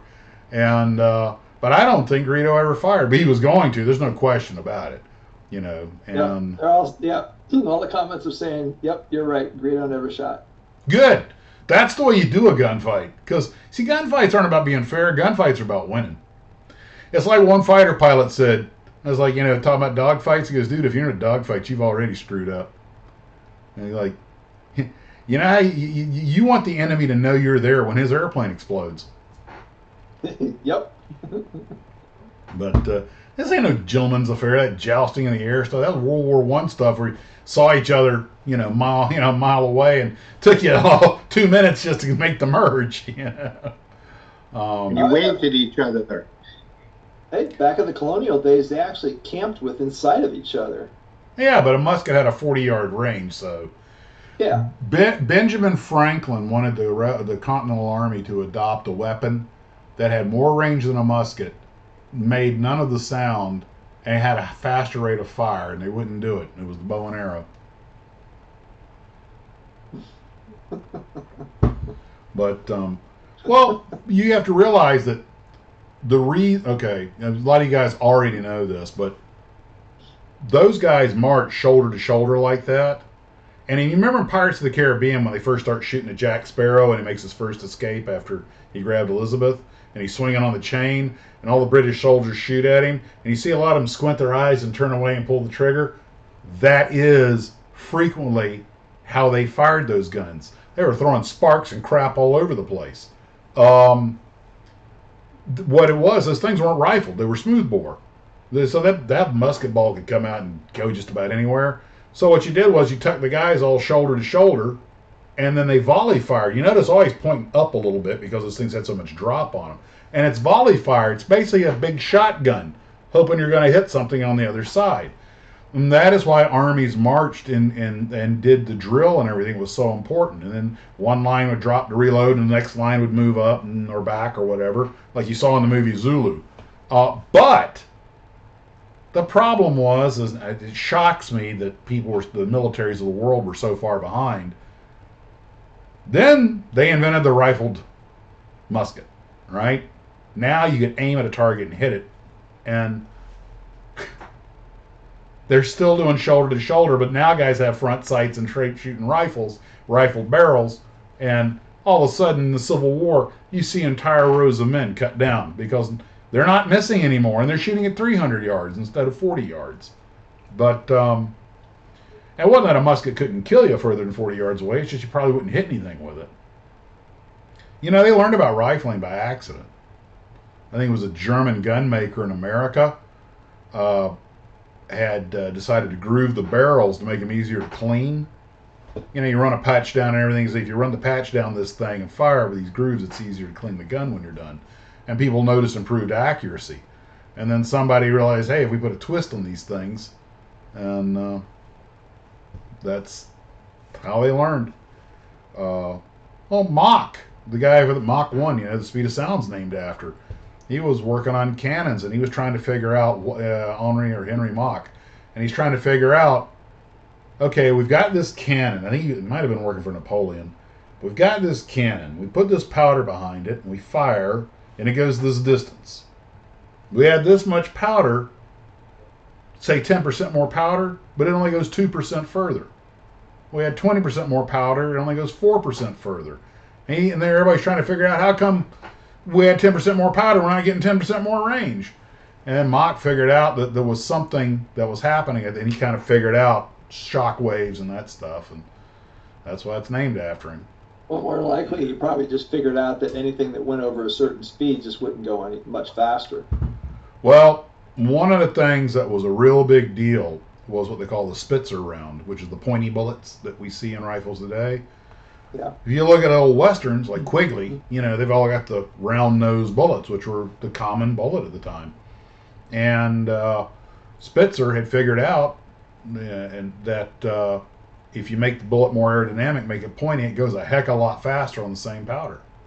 And it took armies a little while to adopt it because a lot of them didn't care because they weren't shooting that far. But and the round nose bullets are devastating when they hit the enemy soldiers.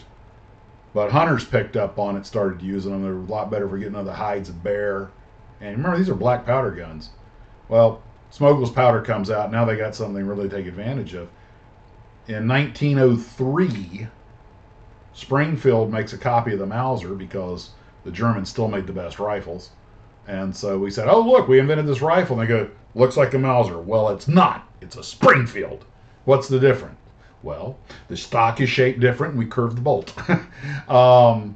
Anyway, and they issued the 1903 Springfield. And everybody asked, how come the round's a 30-06, but the Springfield's a 1903? What, did they go 3 years without any bullets? Because 30-06 stands for 30 caliber year of 1906. It was when it was adopted. That was how they labeled ammo back then. No, they used a 30-03 round, which had a round nose. And then somebody said, hey, if you put a Spitzer bullet in this thing, whee, look how far it'll go, and so I think they had to do a very slight modification to the rifles, probably reamed them out a little bit, but they started using the 30-06 round, which is a pointy round that we still use for hunting to this day. Still one of the best rounds ever built. And, so, and, Maybe. I think the Creedmoor is a better round.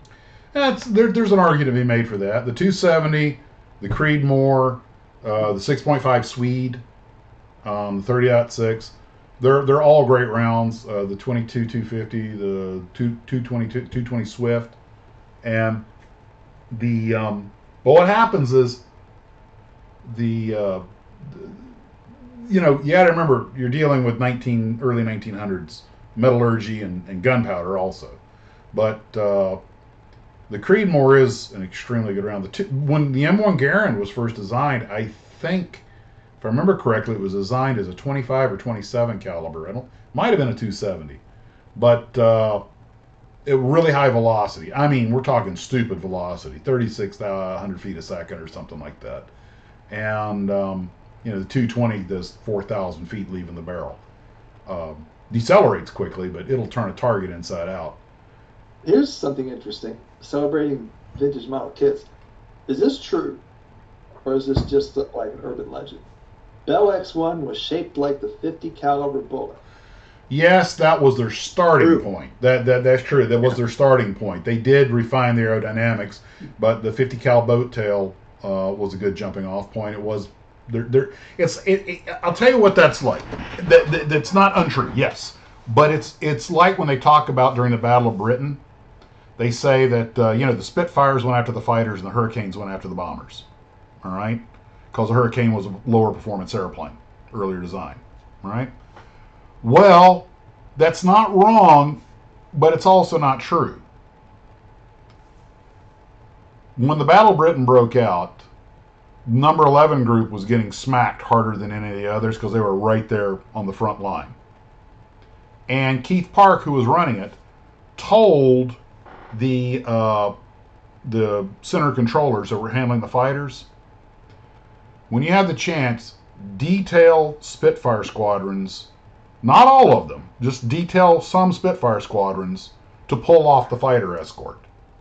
And he put it in writing that the Hurricane with its lower performance would be more effective going after bombers. But that assumed that a Spitfire squadron was in position, and the sector controllers often didn't follow the instruction. They just said, look, these guys are closer, that's who I'm detailing. But there was a deliberate attempt to have Spitfire squadrons draw off fighters so that everyone else had a cleaner shot at the bombers. But both Spitfires and Hurricanes were detailed to get the bombers, and Hurricanes were often detailed to get the fighters if that was what was in position. It was when the situation allowed, this is what we prefer to do. But the enemy gets a vote, and they didn't always come in from a vector that made that possible. And in fact, Park was pretty ticked off that they had to be in the air in less than 2 minutes to intercept, and they frequently didn't even find the bombers till they were on their way out. And he was talking to, I remember reading just recently, reading some reports where they would send up 18 squadrons, and only 7 of them or 8 of them would actually find the enemy. Even with, and you gotta remember, once they were landside, there was no radar coverage. People talk about the British had radar, which they did, and it was critical. And they actually had 2 kinds of radar. One was high long, and the other was low close. But the radar net ended at the coastline. Once they were inland, they only had the observer corps because the radar was made for looking for who's coming. So once they got past the radars, it was really tricky to find out where they were at. And also, the bombers usually flew around 16,000 feet, but for some reason, sector controllers, everybody that handled the fighters that add 1,000 feet to their altitude, probably afraid that the escort would jump them from above. But as a result, they frequently missed the bomber squadrons because they were 4,000 or 5,000 or 6,000 feet above them. There might be a cloud layer in between, or they just might not be able to see them. And the planes were camouflaged. The whole thing was a hairball trying to be straightened out with another hairball. And but these legends persisted. Oh, the tactic was send the Spitfires after the fighters and the Hurricanes after the bombers. And yeah, it was preferred, but that happened, I would imagine, less than 30% of the time by design. And but it's just like the 50 caliber bullet thing with the X1. Yeah, there's some truth in it, but they didn't just take a 50 caliber round and stick wings on it. And you realize that although people forget, the X1 had a straight wing. I mean, it had a tiny bit of sweep to it, but basically it was a straight wing airplane because sweeping aerodynamics were still something they were trying to unravel. That's why we grabbed all their Germans and brought them over here. Guys like Lippisch had done a lot of swept wing and delta wing research already. Well, I let it go to waste. Hell, we tore down the Germans' wind tunnel and brought it back with us. So, Kudakilla says, in NASCAR, at least one team owner said, aerodynamics are for people who can't build engines. Well, who was it? It wasn't Smokey. It wasn't Smokey Unick. Was that his name? Smokey Unick? Is that right? Yeah, that was his name. Yeah. Which one was the one that learned about drafting? Was that Junior Johnson? Yeah. Hey, if I tuck up right behind this guy, my car doesn't burn as much gas. It just sucks me right along. And it works. It does. And, but you got to be like... It works with regular cars on the highway if you get behind a semi.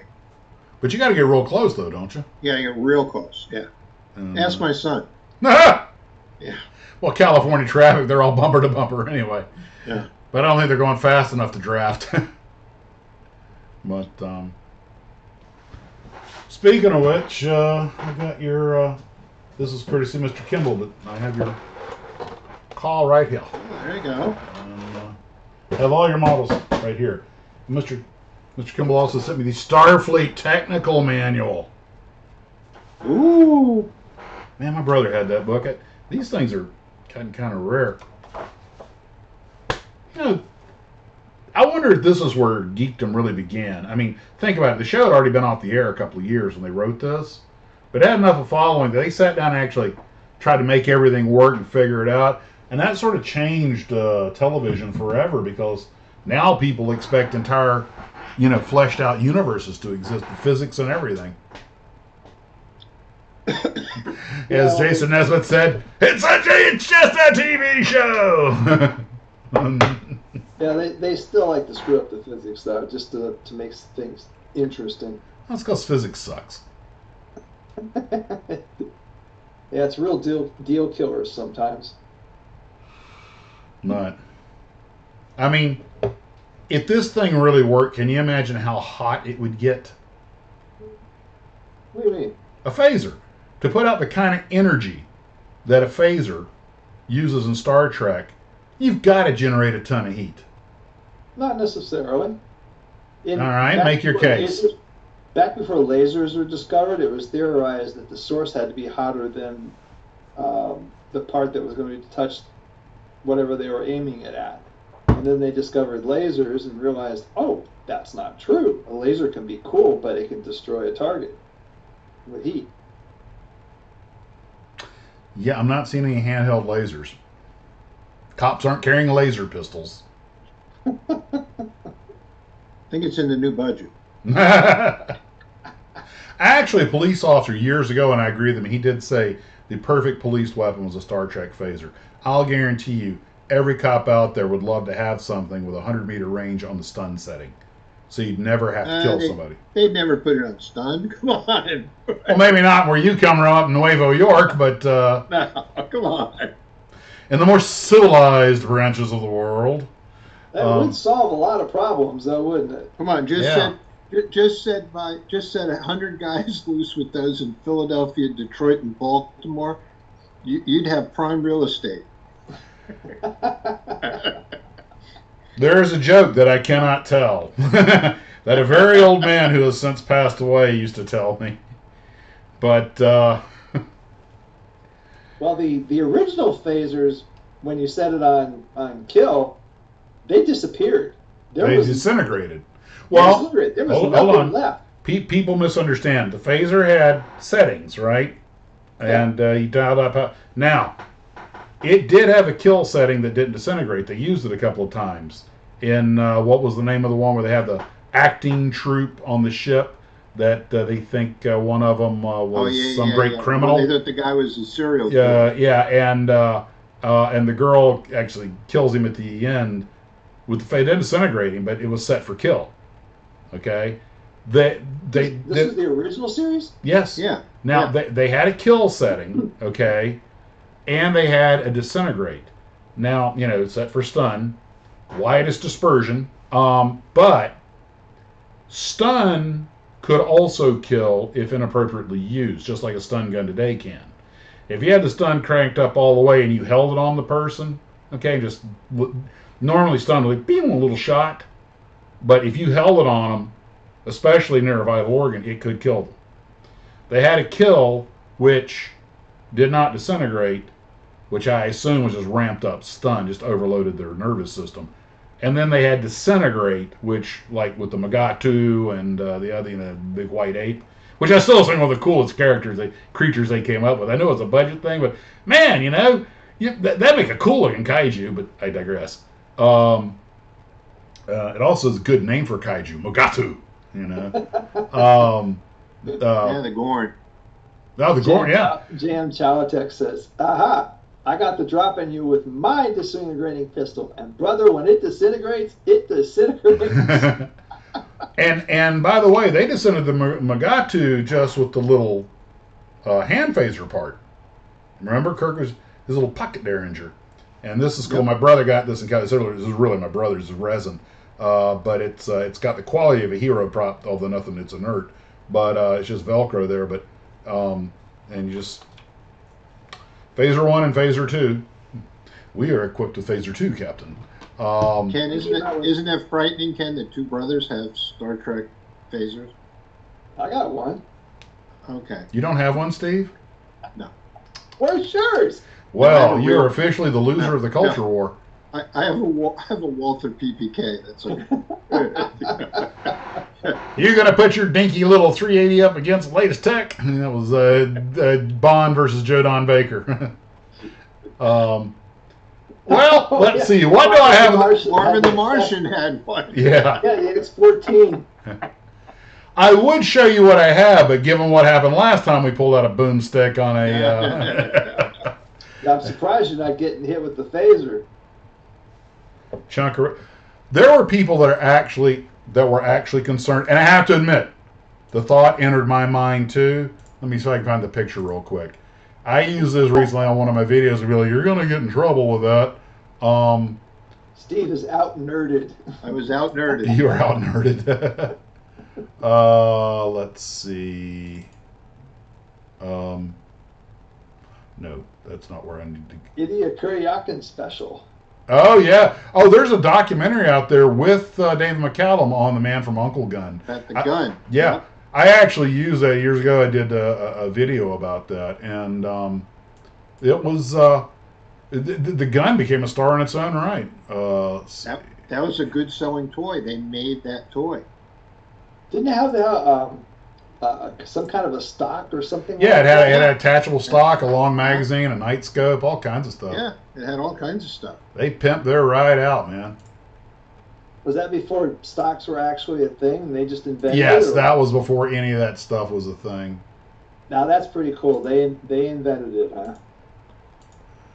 I don't know if they were the first. I mean, Ken, I don't know if you know this, but the C96 Mauser, the Bolo Mauser, that's the thing that Han Solo's gun was based on. Okay. They came with a holster made of wood. It was a big device. And you took the gun out of the holster and then mounted it and used it as a shoulder stock. And the Japanese paratroopers, Chinese or Japanese paratroopers, actually use that as their primary weapon. And the Luger came with a wooden stock attachment also back before the First World War. So that kind of stuff's actually been around for a while. And Broom handle Mauser? yeah, you know his Han Solo's pistol, his DL-44 blaster. Yeah, okay. That's built on a broom handle Mauser. Repurposed C96 from another movie? Yeah. And All right. Celebrating Vintage got that one. yeah. And Well, if you remember from Russia with Love, Bond had that collapsible rifle that fit into the stock, which was in his briefcase. which the AR-7, which is a real gun out in the real world, we had one, is a little .22 survival rifle that the whole receiver and barrel and everything go into the buttstock. And you see him used in movies a lot. Yeah, I have one. Okay, this is kind of odd. I did a screen grab and put it with an animation, and it should have been saved in snapshots. But anyway, I just recently on a video, I took the little cartoon version of me and put it with the 50 cal that and people are like, you're gonna get the video's gonna get taken. I mean, it's a 3-inch piece of plastic, right, with a cartoon character, and some people are like, oh, it doesn't matter. And I got it. Says in Star Trek, we're not allowed to interfere because of the Prime Directive. In Stargate SG-1, your gods are false. Here, take these weapons. Yeah. The way it's supposed to be.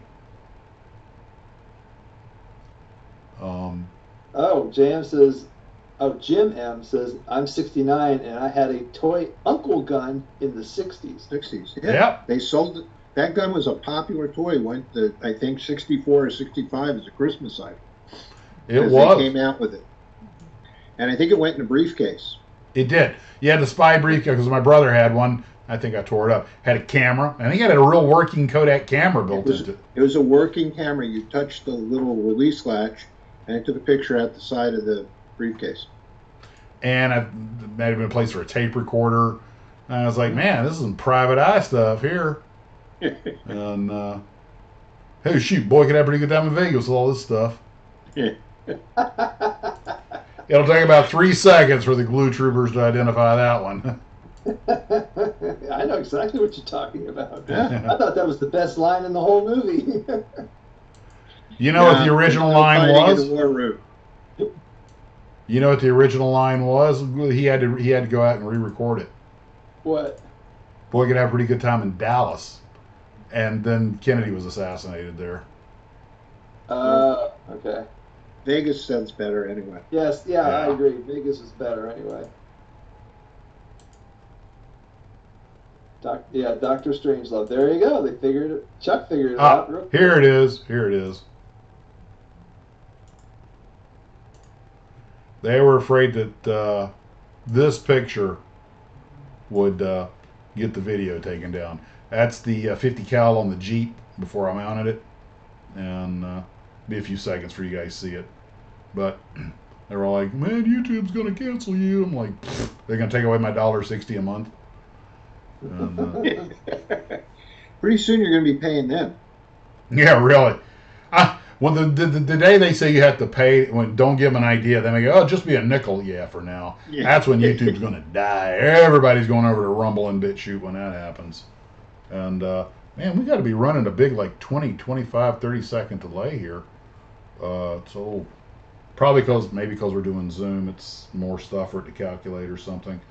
Because I'm watching here on the phone and I haven't seen the picture populate yet. And The one with you with the 50 cal and your Yeah. It's up there. you do? Yeah, it's up there. Okay, I don't have it on my phone yet, so It's on the internet. oh, it just popped up. Okay, so my feed is slower than yours. Yeah, everybody gets the stuff at a different rate too, and not a bad little thing given that I just whipped that together real quick. But now I want a 50 cal. Problem with something like that, no place to shoot it. Well, there is, but not legally. Legally, Oh. we obey the law here. There's a few places, but yeah, they're hard to find. They're all in the Middle East. I'll tell you something that was pointed out by some glue troopers since we're on that. 50 cal, the 30 caliber was what was mounted on Jeeps.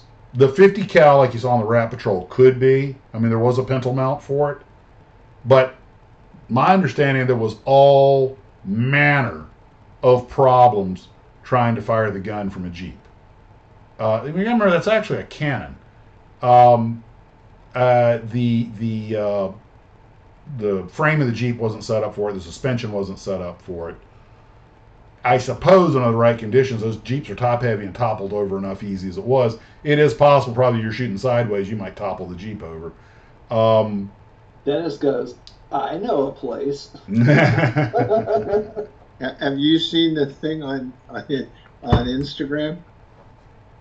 It's a Toyota dealership, and this secretary goes over to the sales guy and she goes, "This guy here wants to buy 200 Tacoma pickup trucks." She goes, "What is he going to do with them?" He goes, "Who cares? Let him buy them." The next thing you see, they're over in the Middle East with 50 cal. That's what I was. That is exactly where my mind went. I was like, somebody. A blue trooper just did a model of that with a It's dish gun. Rat Patrol of the 21st century. Let They me were see. using those in Libya. Yeah.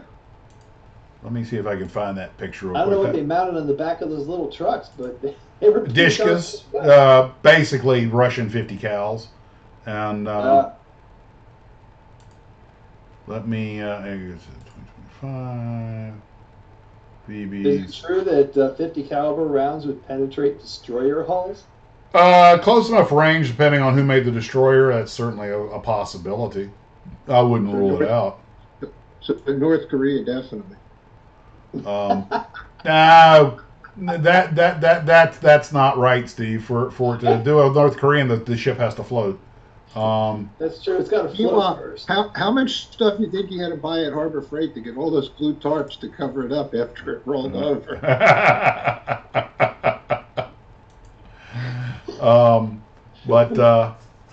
I just put up a picture of a glue trooper's build of of what we're talking about, and let me know when you see it because you'll probably get it before I do. But Jam says, well, the Tacoma had some advantages over the Toyota Hilux. typically sold in the European and North African markets. The Hilux is like indestructible. I'm not That's a car that guys on Top Gear tried to kill. Hilux. What's that? It's a Toyota pickup truck that's like indestructible. They sell it all over the world, but they don't sell it in North America. Why? Won't pass emission standards or something? Yeah, I think it's emissions. But they sell the heck out of them, and they're indestructible. Top Gear tried to kill one. Oh, They did everything to this thing. They put it on top of a building that was being imploded, and the building imploded, and there's the pickup truck in the rubble. And they go over and get in, turn the key, it starts right up, and they drove it away. great! Now I want one. They took it to the seashore, and there's an artificial walkway that goes out into the ocean at low tide. They put the car out there and chained it up to the thing. The tide came in, covered the car overnight. The next morning, the tide went out. They went out there. They got water out of it. They had a mechanic. He did a couple of things, turned the key, started right up.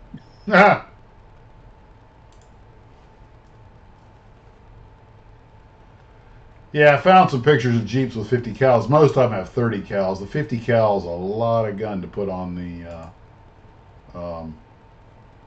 Edward Bender says they put ZU-23s in the back of pickups. Yeah, Zeus 23. So it's 23 millimeter. It's way bigger than a 50 cal. Holy cow! Yeah, it's huge. But that's what Dishkas and but you got to remember these are all improvised systems. They weren't designed for it. But a 4-wheel drive, I mean, it's just no reason you can't. The thing to remember though is that when you put a machine gun on a truck, you're making the assumption that no one's shooting back because it's not like you're shooting it from a tank. A lot of people don't realize this, but the machine guns on tanks are considered primary weapons. Yeah, I mean, the gun was used but a lot of tank engagements they didn't use the big gun because they were fighting infantry or something like that. It wasn't needed. But they made great. The bow gun and the coaxial gun were great, lawnmowers to make the bad guys go away. And Dear Gregory says Toyotas even come in sand color, so the Taliban didn't have to paint them. Yeah. Here's a useless piece of trivia. The primary reason for 50 caliber on top of a Sherman tank was for anti-aircraft. That was it was mounted so that the tank commander could use it from his hatch to shoot straight up. I don't think there is a single case in history of an American tank ever using it in that role, but it's still a 50 cal, and it comes in handy for all, because the bow gun was a 30 cal. I think the coax was a 30 cal, and they usually had a 30 cal on top because that was your anti-personnel gun. The 50 cal was just overkill. But they figured, well, you need something to reach up and shoot at aircraft. 50 cals can take light armored vehicles. That's been done. They could pop a half track, and I'm sure they could do serious damage to something like a Sheridan or a M113 APC. They have aluminum armor. They're really there to protect you from like shell fragments and small fire. But Mama Deuce changes the game. Stuart Gregory says they come in gray for the Taliban Navy.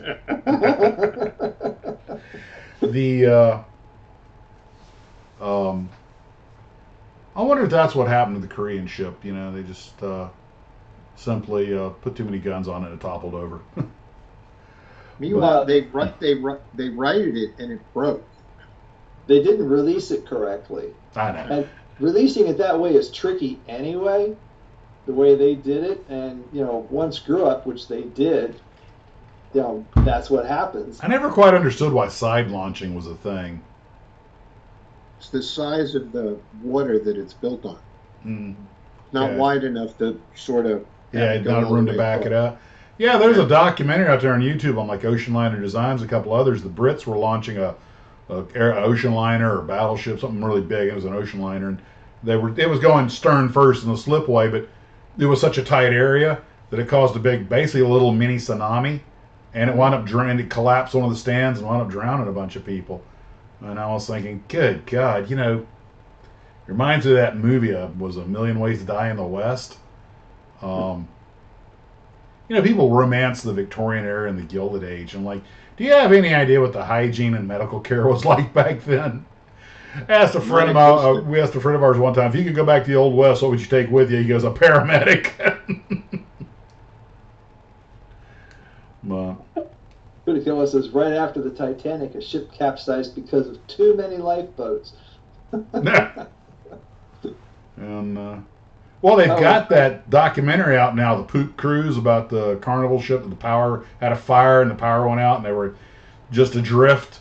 And I'm kind of like, apparently it got Game of Thrones pretty quick. It turned into Zombieland in short order.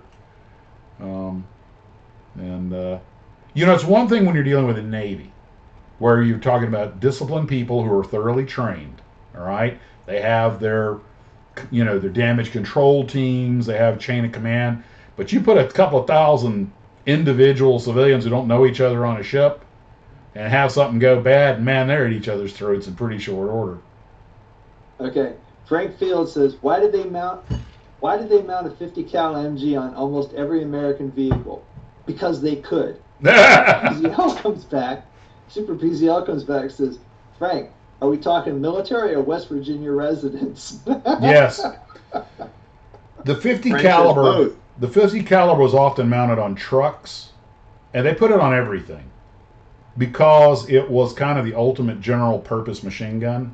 It could be used for anti-aircraft. It could be used for anti-infantry. It could be used for anti-light armor. What's his name? Belden Cooper talked about how an entire company was pinned down by a German sniper, and a truck came along with a 50 cal on the ring mount. And they said, you know, they said he's out there, and the guy just got up there and lit up the tree line, the top of the trees with the 50 cal, and the sniper. That was the end of that, you know. If I could only equip an army with one gun, it would be the 50 cal. One of the coolest things ever made, and some armies still use them, are the quad 50s, the motorized anti-aircraft mounts. They had them on the back of half tracks. They later went to 250s. I think it was the M16 had 4, and then a later version had 2, or I might have that backwards. I got a model one of them on the shelf in there, and but they also had the towed unit. And when my brother in the 90s in the Air Force, he goes to Korea, and the South Koreans are still using them for air-based defense. Look, 450 calibers is an awesome setup. I mean, it's not a minigun, you know, it's not a Vulcan, but it's still an awesome setup, and it can take out aircraft today. There's a reason we still have 50 cals in the inventory, and people don't realize that sometimes that there are a lot of versions of the gun. The M2, the Ma Deuce, is the infantry version. Heavy barrel, slow rate of fire. Okay, like that. You can go out on YouTube and watch them. You watch the ones that run airplanes, they have a much higher rate of fire. They often have the cooling sleeves over the barrel, but they're in the slipstream, so they're getting cooled. Okay? If you want to just hold the trigger down and let her rip, you got to have the water jacket version, which has that big water jacket over the barrel. And you see them in movies like Tor, you see the guy using one of them, and it's got that weird sight that's like 3 feet above the gun. The reason that sight is up there, it's got the ring around it, is so you can put that ring under your butt, point the gun almost straight up, because it's an anti-aircraft mount.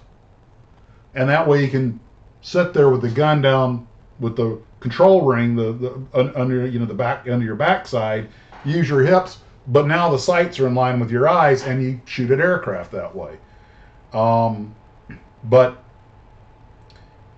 when the Brits retired, I think it was the Vickers gun, they had like 1 million rounds of ammo to shoot up or something like that, and they were curious how long a water jacket 303 Vickers could fire without a jam.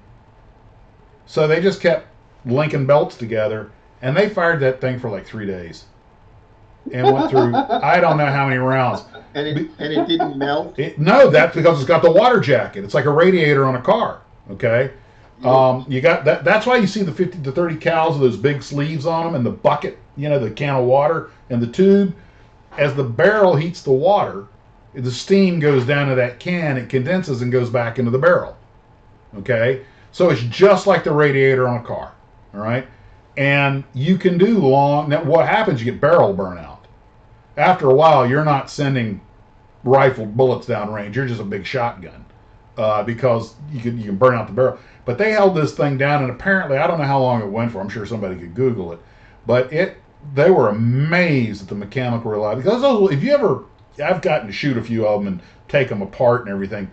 Those old school pre-World War II machine guns, the M1919, 1917, the Spandaus, the Vickers, the Manchesters, every part's made out of a pound of milled steel.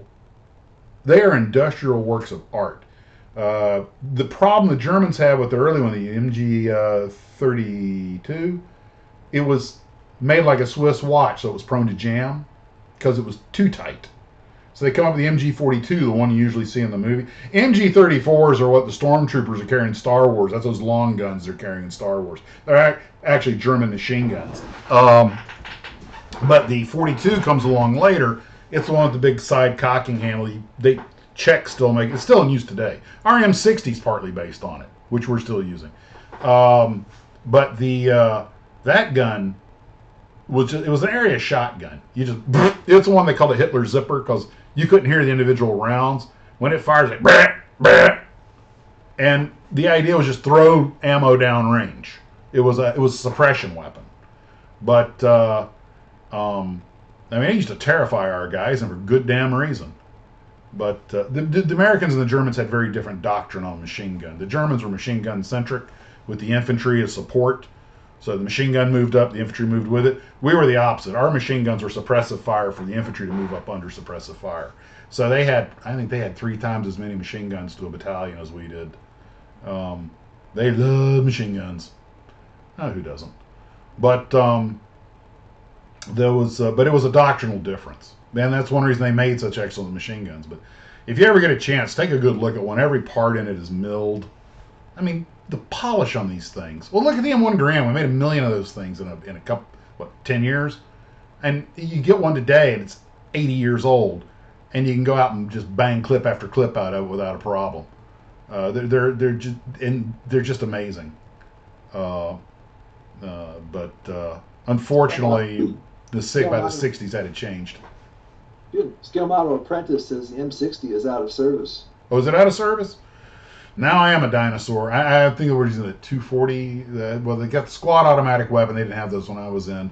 And now they got that French machine gun we're using. I forgot what it is. Anyway.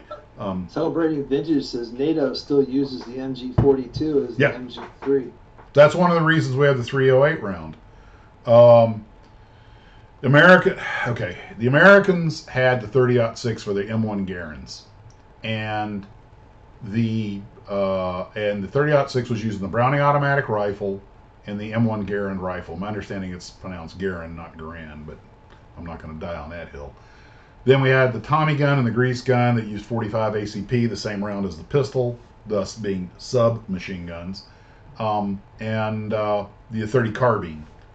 And the Army was like, look, we got to get rid of all these different calibers and everything and centralize. They're forming NATO. Everybody's going to use one round. Well, we figured, fine. Everyone's going to use the 30-06 because we won the war. The problem was the Germans had all these machine guns that shot their round, and they couldn't be modified. The chambers weren't long enough. And a lot of the foreign powers that way. And they didn't want to make all new guns. They wanted to be able to modify the existing guns. So they said, well, we want 30-06 style ballistics, and they said, look, we can make the case a little smaller, it'll fit in the German guns, and the 308 was born, okay, or 7.62 by 59, and so when we got the M14, it was chambered for 308 or 7.62 NATO, so us and the Germans and everybody was the same ammo, and that's the extremely short story on how we all wound up with the 308. And then 10 years later, we want to go to the 5.56, which we're still using today. And boy, that's a story in its own right. You don't want to go down that rabbit hole with me. There are documentaries out about that. I mean, the military was dead set against it.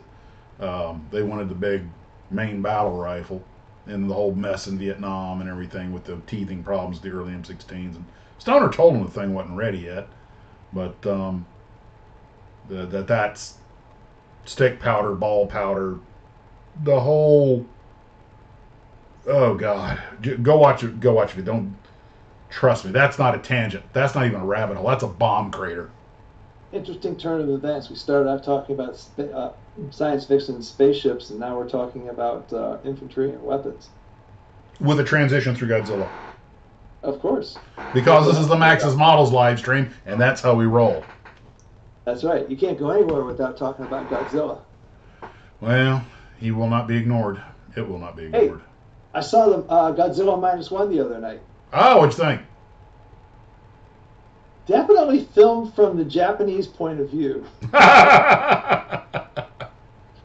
They have a little bit different take on the war and what happened afterwards than we did. Sure. And Ken, that's just like the same thing happens here with the North and the South. I mean, that's winner or loser, you know. The one thing I don't think I'm giving. Well, maybe I am. Anybody? Okay. Before I say anything about the movie, if anybody on here doesn't want to talk about it, please let me know, because I don't want to ruin anybody's thing. But if they're on this channel, they've probably seen it 3 times. I have a few opinions that I'd like to express if nobody objects. So we'll wait a few seconds. Before you say that, they posted a thing for July 4th on Instagram. Uh-huh. No, we're not going there. I saw it. Oh. Yes. Okay. Yes. Right. The 2025 Nagasaki fireworks show still gets second place, and we're not going any further with that. And they showed the plane that won first place. Just could. Okay, but what? It was Nagasaki, so what was that plane's name? Boxcar. Boxcar. Very good. Do you know you can fire a 30-06 round through a 410 shot? I think I might have heard that. I never tried. I know you can shoot a 41 Magnum through it. In fact, they actually made a gun that was 41. I think it was a Judge. You can shoot 41 Magnum or 410 shotgun. 410 being the one shotgun that's not measured by gauge. So, Ken, what was your opinion? Yeah, I don't see any objections out there. They had their chance. They shall forever hold their peace. All right. When the kamikaze pilot landed on that island, and then Godzilla showed up, and they said, "Go to your airplane and shoot that thing with your airplane's guns." And so he runs over and he gets inside it, and he doesn't pull the trigger. Obviously, it wouldn't have made any difference that he had, except it just would have made Godzilla mad faster, and he might have been in the airplane when he did chew it up. Okay. So, okay. Why didn't somebody explain to him later, or why didn't he figure it out when they shot a mine in his mouth? That didn't take him out. Why didn't he kind of feel like vindicated that he didn't shoot the thing with the 20 cal when he had the chance? 20 mil. I can answer that. Okay. Okay. The 20 millimeter might have killed him because that was in his pre-radiation phase when he was just a dinosaur. And he was smaller. And he was smaller. Later in the movie, when the mine's blown, he's already been irradiated and now has his super G power.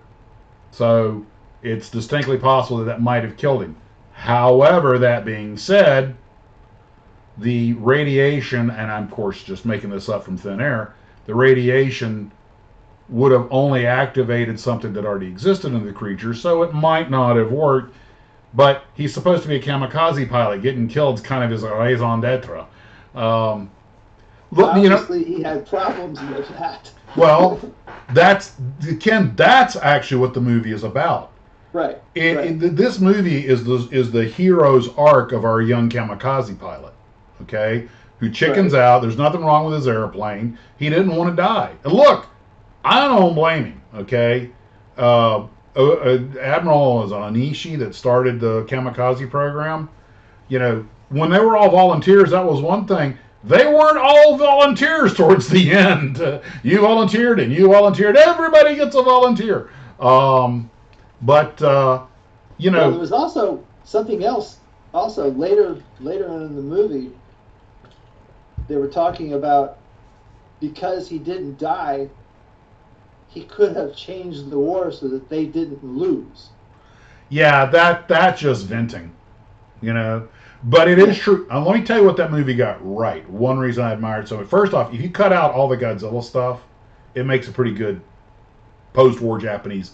This is life in post-war Japan. Okay. Yeah, I would agree with that. They had the look of post-war Japan nailed down to the homemade furniture and everybody living in tents. Like you said, a part of the people don't think about. What is also correct was when after losing the war, because you got to remember that Steve just dropped out on us. So did you. I'm still here. Well, I know, but you're not up at the top anymore. No, we're side by side.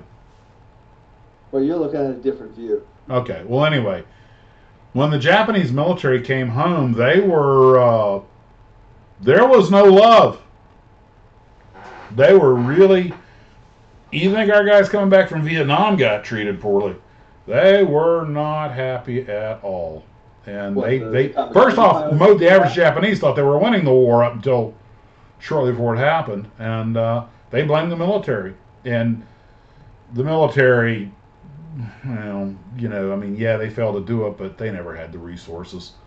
So I also thought it was kind of interesting how they modified the story to cover that Godzilla never got found out by the rest of the world because the Japanese were left on their own to take care of this problem. why the U.S. Navy wasn't in there helping because they were worried about the Russians. It was thin, but it worked. I mean, it was good enough. It's a Godzilla movie, you know. True, but they did make a pretty good attempt at making it more realistic than a lot of Godzilla movies. Oh, absolutely. It's my second favorite one. The Drop Dead in Mike Parade. Oh, God. Dale Como says, my YouTube keeps blowing up. I'm not sure what that means, but no, Steve never gets started talking about Godzilla. He's maybe he had to pee. But he may have lost his Japan connection. can indeed blame the military, leadership at least, for the war. Yes. Yeah, no, but I'm talking about the rank and file soldier. It was definitely a high-level military and political failure. But I'm reading this book right now on the attack on Pearl Harbor, and this is not about the attack itself. It says, you know, the strategy, combat, myths, perceptions. And a lot of the stuff that he's pointing out in this book is different than I had realized. And one of them is, although Yamamoto was air-minded, and he had said, look, we should not be attacking Pearl Harbor, he'd been planning to do it since the late 20s. And he originally planned it with battleships, of course. But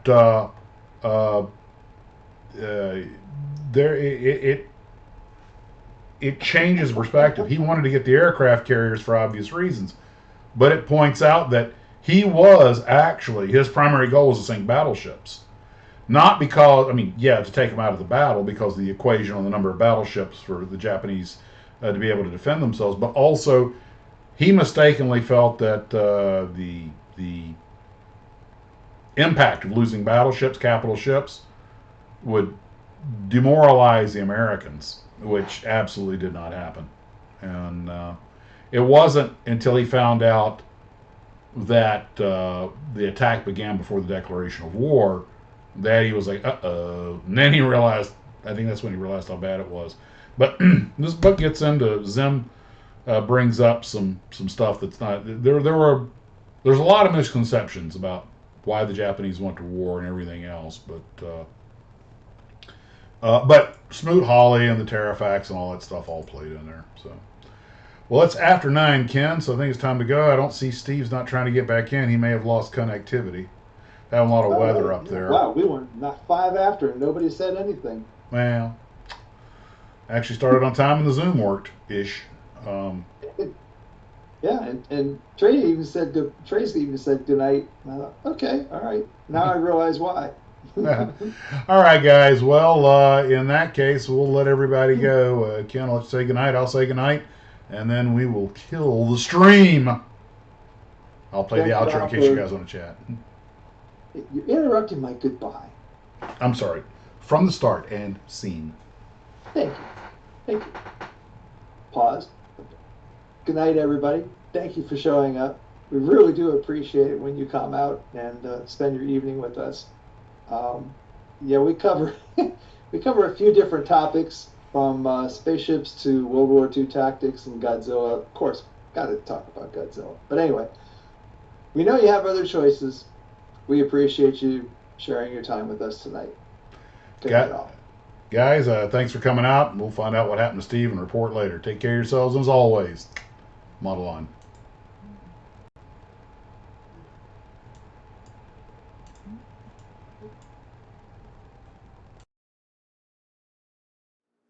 Well, hello, Blue Troopers. This is the intro for Livestream 201. We have a large box from Mr. Kimball up in Lyman, Maine. That's I think it's fairly close to Kennebunk. I was actually based up in Presque Isle, Maine, but that's way up in the north part of the state. That's a cool 3-4 hour drive, I guess.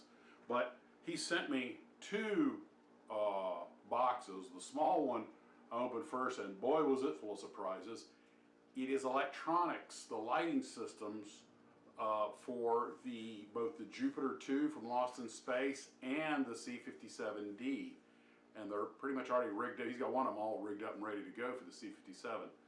And at the same time, I just got the two dome halves. I mean, today, I got this all at the same day. I got the two dome halves that Ken 3D printed for me for the C-57D also.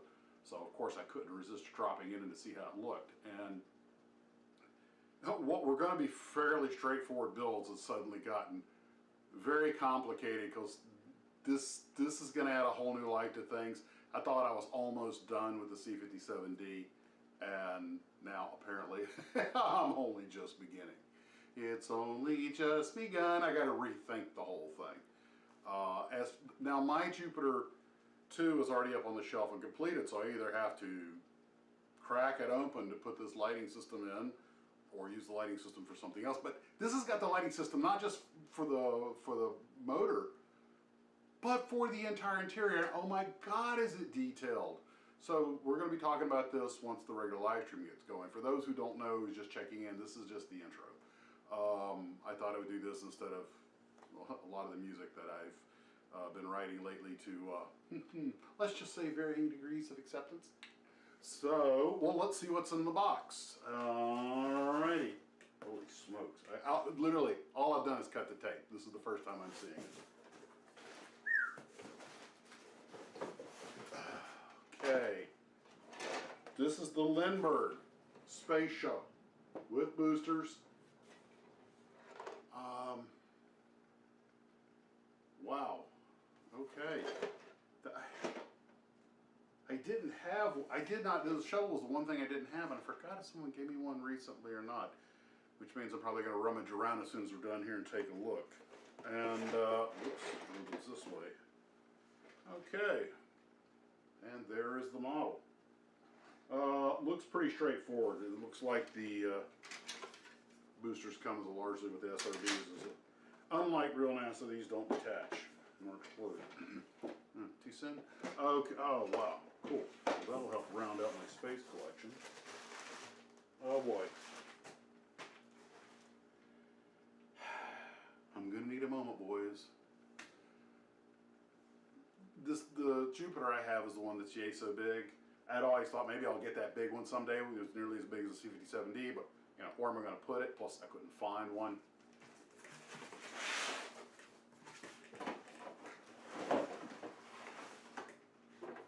Dun dun dun! Give baby a bath here. Well, at least now we know where the lights are going. Oh wow! Oh wow! And this, it's not quite as big as the C-57D, but this and the C-57D are I have no idea.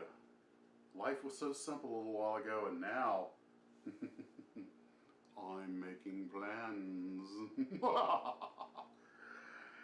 You know what? This is going to be great though, because You guys remember I said it'd take about a year to do it, and the rate it's going it'll take longer. I wanted to make my movie, video, faux TV commercial advertisement for, you know, Consolidated Galactic Starships sales and service, and it was going to use all these and green screen and stuff, make a real production out of it, and now I've got just the model to do that. And oh wow. Fiber optic. Oh, there's a whole bunch of fiber optic. You know, I'm gonna have to learn how to use this stuff. No lazy modeling. Keep learning. We must. This is from the fiber optic store. Okay.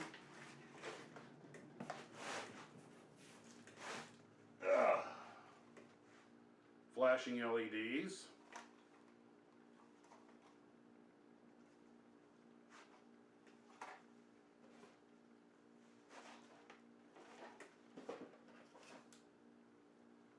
This clearly was made to do something. So now it's some kind of electronic device that's already been assembled.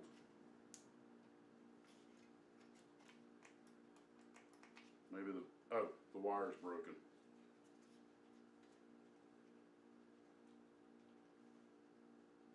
Okay, broken from where? I'm just tracing. Okay, there's the ground. Okay, I'll have to figure this out later. Right. The battery has a broken wire, but this red wire, oh, it goes to here. Nope. Oh no, it goes through there. Oh, here, here's where it goes. It just plopped out. See if I can get it in there. See what this thing is. It's a, whoops. Okay. This has got that, it's all hot glued into place, and it's got the rubber sealer thing there just popped out of there. I'll have to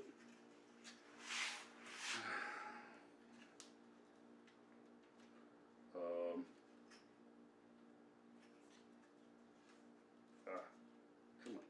I probably should not be doing this as the camera's rolling. Save it for a later time, but curiosity's getting the better of me. Here we go. Okay, nothing. Twist these together. If there's an earth-shattering kaboom right about now, we'll know that this was a thermal detonator. Oh, there we go. We gotta worry. It's got these lights flashing, and I don't know if that's all it does. There's something up here.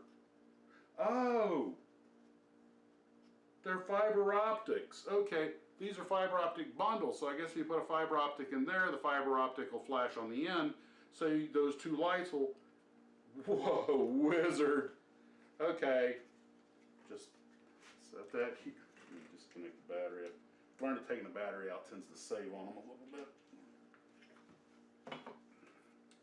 That explains all the fiber optics. Okay, and another flashing LED. Yeah, we're gonna be lighting some stuff up. An Estes manual because rockets. It's not a manual, it's a catalog for, oh, it's 2024. These puppies, this is what they're still making. Oh, Vernon Glita. You guys have oh, this is going in the house. I gotta dust this bad boy off. My brother had this.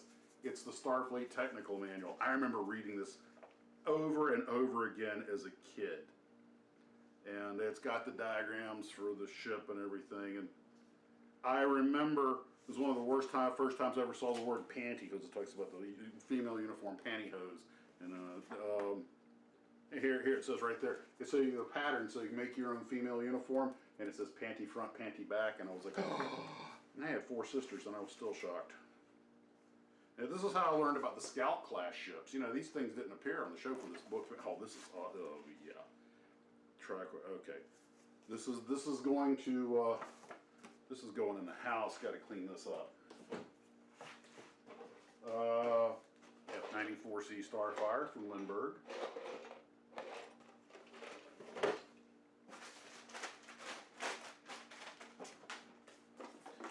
Paragraphics. Mr. Kimball, you and your wife are saints. And it's some detail sets for the Jupiter 2, including some accurized decal sheets. And oh great, Max, just let it spill out into the box, dunce.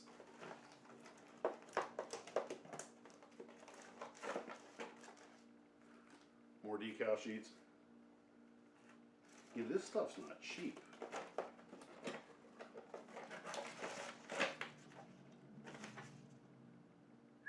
Yo, it is eBay bill, not cheap.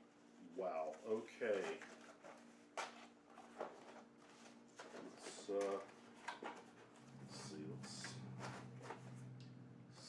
set that. Oh, let's go somewhere.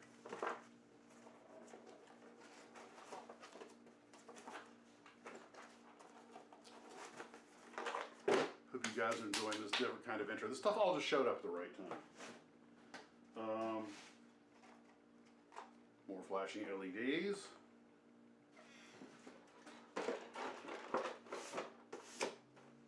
Valvoline Thunderbird Level 2 from AMT Earl.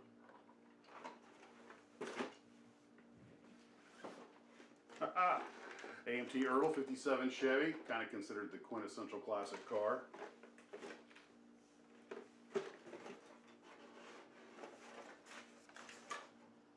Red on the box, but molded in this weird brown tan color.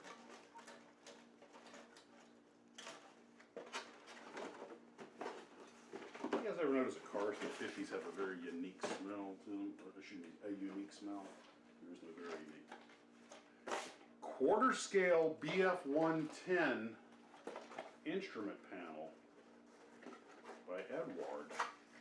Wow, that's interesting. That's going to make a nice wall hanger.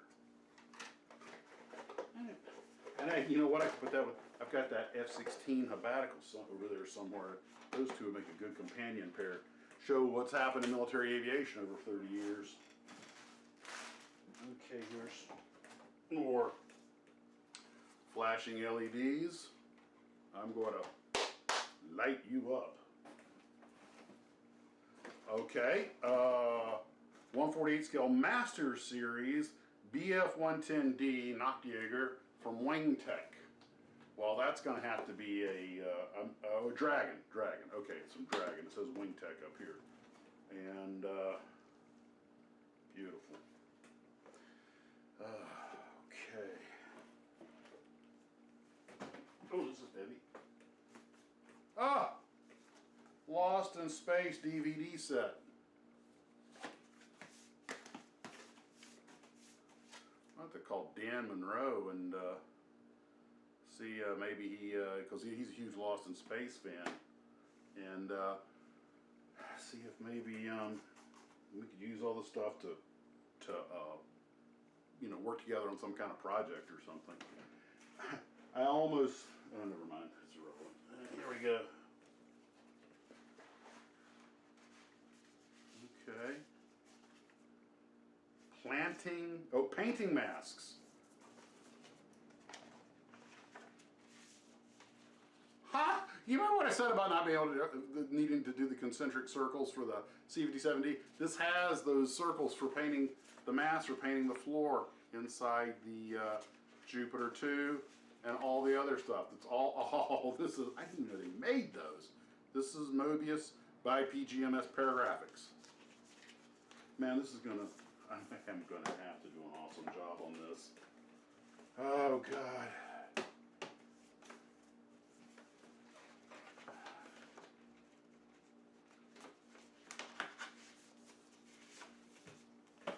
And this is, the Mobius Jupiter 2. This is all the other accoutrements that go in it. And, oh, look at that. It's got the engine piece already done like that for you. That's a good big time saver. So there's the shell, and here's everything else that goes in it. Oh, wow. There's one of the landing gears articulating already. I don't know if they came this way, that somebody's already started, but that's fine. It doesn't matter. It's just, wowza. Wowza, wowza, wowza. And there's all the very detailed instructions. Whoops. I'm sure that's important. Oh, wow. I'm going to be ready to shoot a real movie in this thing.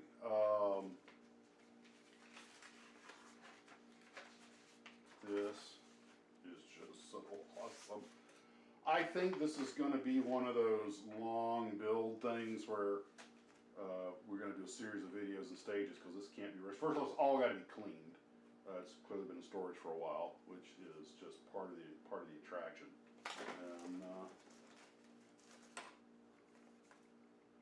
think these might be decals. Just awesome. Honey, we got to add a room to the house to put all my flying saucers. Oh man. And you know what's going to happen? I'm going to wind up learning more about the Jupiter C than I ever dreamed possible. I can't spend much time in here. We're gassing out the fumes because your genius host, about 20 minutes ago, I was cleaning up the desk to make room for all this stuff to make this video. And I grabbed a Tamiya orange bottle, this nigh empty one, which, yeah, this one that's almost empty. Yeah, well, it was full a couple of minutes, half an hour ago. I picked it up. I had thought I had screwed the lid back down. Oh, no, that is the full one. Yeah, okay, so this thing was completely full almost. I'd only made a couple brushes, and I had put the lid on, but just enough that it could pick up. And when I, yeah, let me see, it's trying to do it again. When I picked it up, it felt like it was screwed on, and I turned to move it over here, and the bottle separated like the lunar module from the command module, and just went over there and just dumped half a tube of glue into one of those boxes, which thank God didn't have anything important in it, but that's $4 or $5 worth of glue that just got wasted, and this place is, you know, gassing out, so I gotta run. Wow, Mr. Kimball, thank you very much, and I'm gonna box all this back up and set it here and figure out when I'm gonna be able to get to it and everything else. I was planning on doing the Sky Raider, maybe knocking out the other two Sky Raiders in a comparison Tamiya to Monogram build back to back while I was in sort of Sky Raider fever. And then I was probably going to start on the Tarhi, the CH-54, the Sky Crane. I was just asked about that recently, and I am excited to get onto it, but it's a massive build. It's an extremely detailed kit and large scale. And these drop in my lap, and now I'm going to have to engineer. I got the parts from Ken for the C57D, and now the lighting kits. Now what I'm thinking about, maybe, you know, it's funny, I'm saying all this as a video just to keep you entertained before the live stream begins, and odds are this is a lot of what we're going to talk about during the live stream, but just consider it your homework, your studying before the exam. What I got to figure out now, because this has completely re-engineered my brain on what I'm going to do with the C57D. And what I was thinking was put a thin red paint layer of paint on the inside of the clear bubble, and then a thin aluminum on the outside, and hope that the lights are strong enough to penetrate it, and then they would be red. Or I could just put some I could also line the inside with clear red. That way we know there wouldn't be much on it, and then I could just put a real thin aluminum coat on the outside of lacquer, just so when the lights are off it looks like the ship with the, because you know that it had the same silver look to the bottom when the engines were turned off. And because the lights were red and these are white, so I have to do something to tint them red. And I could put some clear red, but I think clear red, the thing is clear red paint may not be red enough. You want the light to go through, but you want the red to show. There's the possibility of ringing it with some translucent red plastic. But if I put on a really thin, probably airbrush on, maybe using an acrylic, just or I could rattle can with some flat aluminum, but just make it like a one coat just from it, and do it from a bit of a distance. So one or two thin coats. So we'll figure it out, and we'll probably talk about this at the live stream. You guys, I'm sure, are full of great ideas. Okay, I gotta box all this stuff up. So while I'm doing that, I will just play some of my YouTube save self-made music. By the way, you guys, the music I've been doing lately, I have been using an online, I know a lot of you figure this out, so a lot of you saying you don't like the AI music. It is, the initial thing, I go and tell it what I want, and the AI does generate something, but then I either write or modify the lyrics. I can't do a lot with the music, but I can force iterations on it. So yes, it is AI based, but it's not just a straight up AI music. I do have artist input to it, probably not as much as I'd like, but it's quick, and it allows me to do something different. And if you don't like it, just turn the volume down. I tell you what, there's a little, I think I'm in line to make as much as $1.60 this month on YouTube. I may just drop the whole monetization thing. And so far, we've been doing it for going on 3 months now, and they don't pay out to you at $100, and I haven't even gotten that far yet. I think it's $61.40 or something. So maybe by December I'll. But right now it shows me online to make $1.40 or $1.60 for the month. I'm not even joking. It is. Oh well, you know what? Who cares? Guys, we'll see you at the live stream here in just a little bit. So let me get to this. I ain't going to say model on because we're just starting. Well, you know what? I might run this on the outro. So yeah, what the heck? Model on. Oh boy, is it friggin' ridiculous.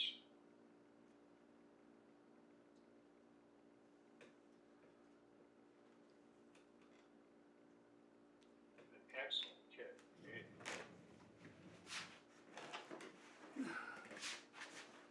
Oh.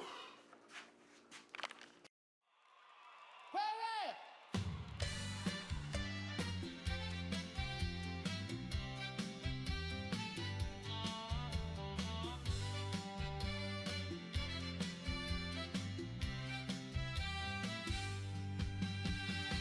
Florida sun so hot it burns the sand. Crocs and socks, yes, making a stand.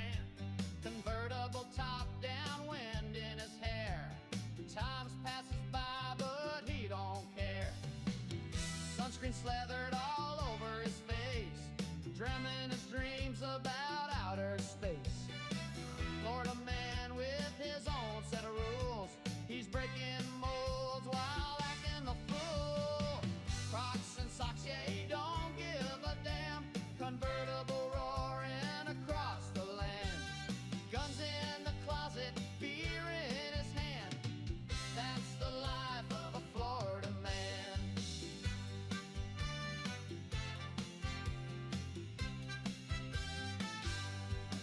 He's got a 6-string air guitar in his soul. Plays it loud while the thunder rolls. Shooting cans in the backyard at noon. Riding alligators to a Skinner tune. He sweats at night under the moonlight's glow. Humid skies where the warm winds blow. Florida man, he's a ring-a king. Crocs and socks, they're just his thing. Crocs and socks, yeah, he don't give a damn. Convertible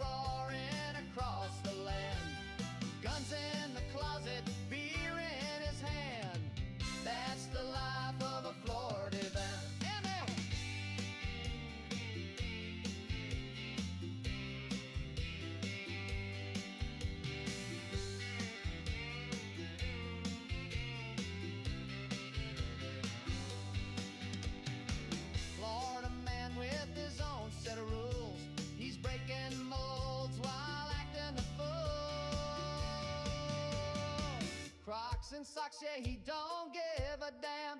Convertible roaring across the land. Guns in the closet, beer in his hand. That's the life of a Florida man. Crocs and socks, yeah, he don't give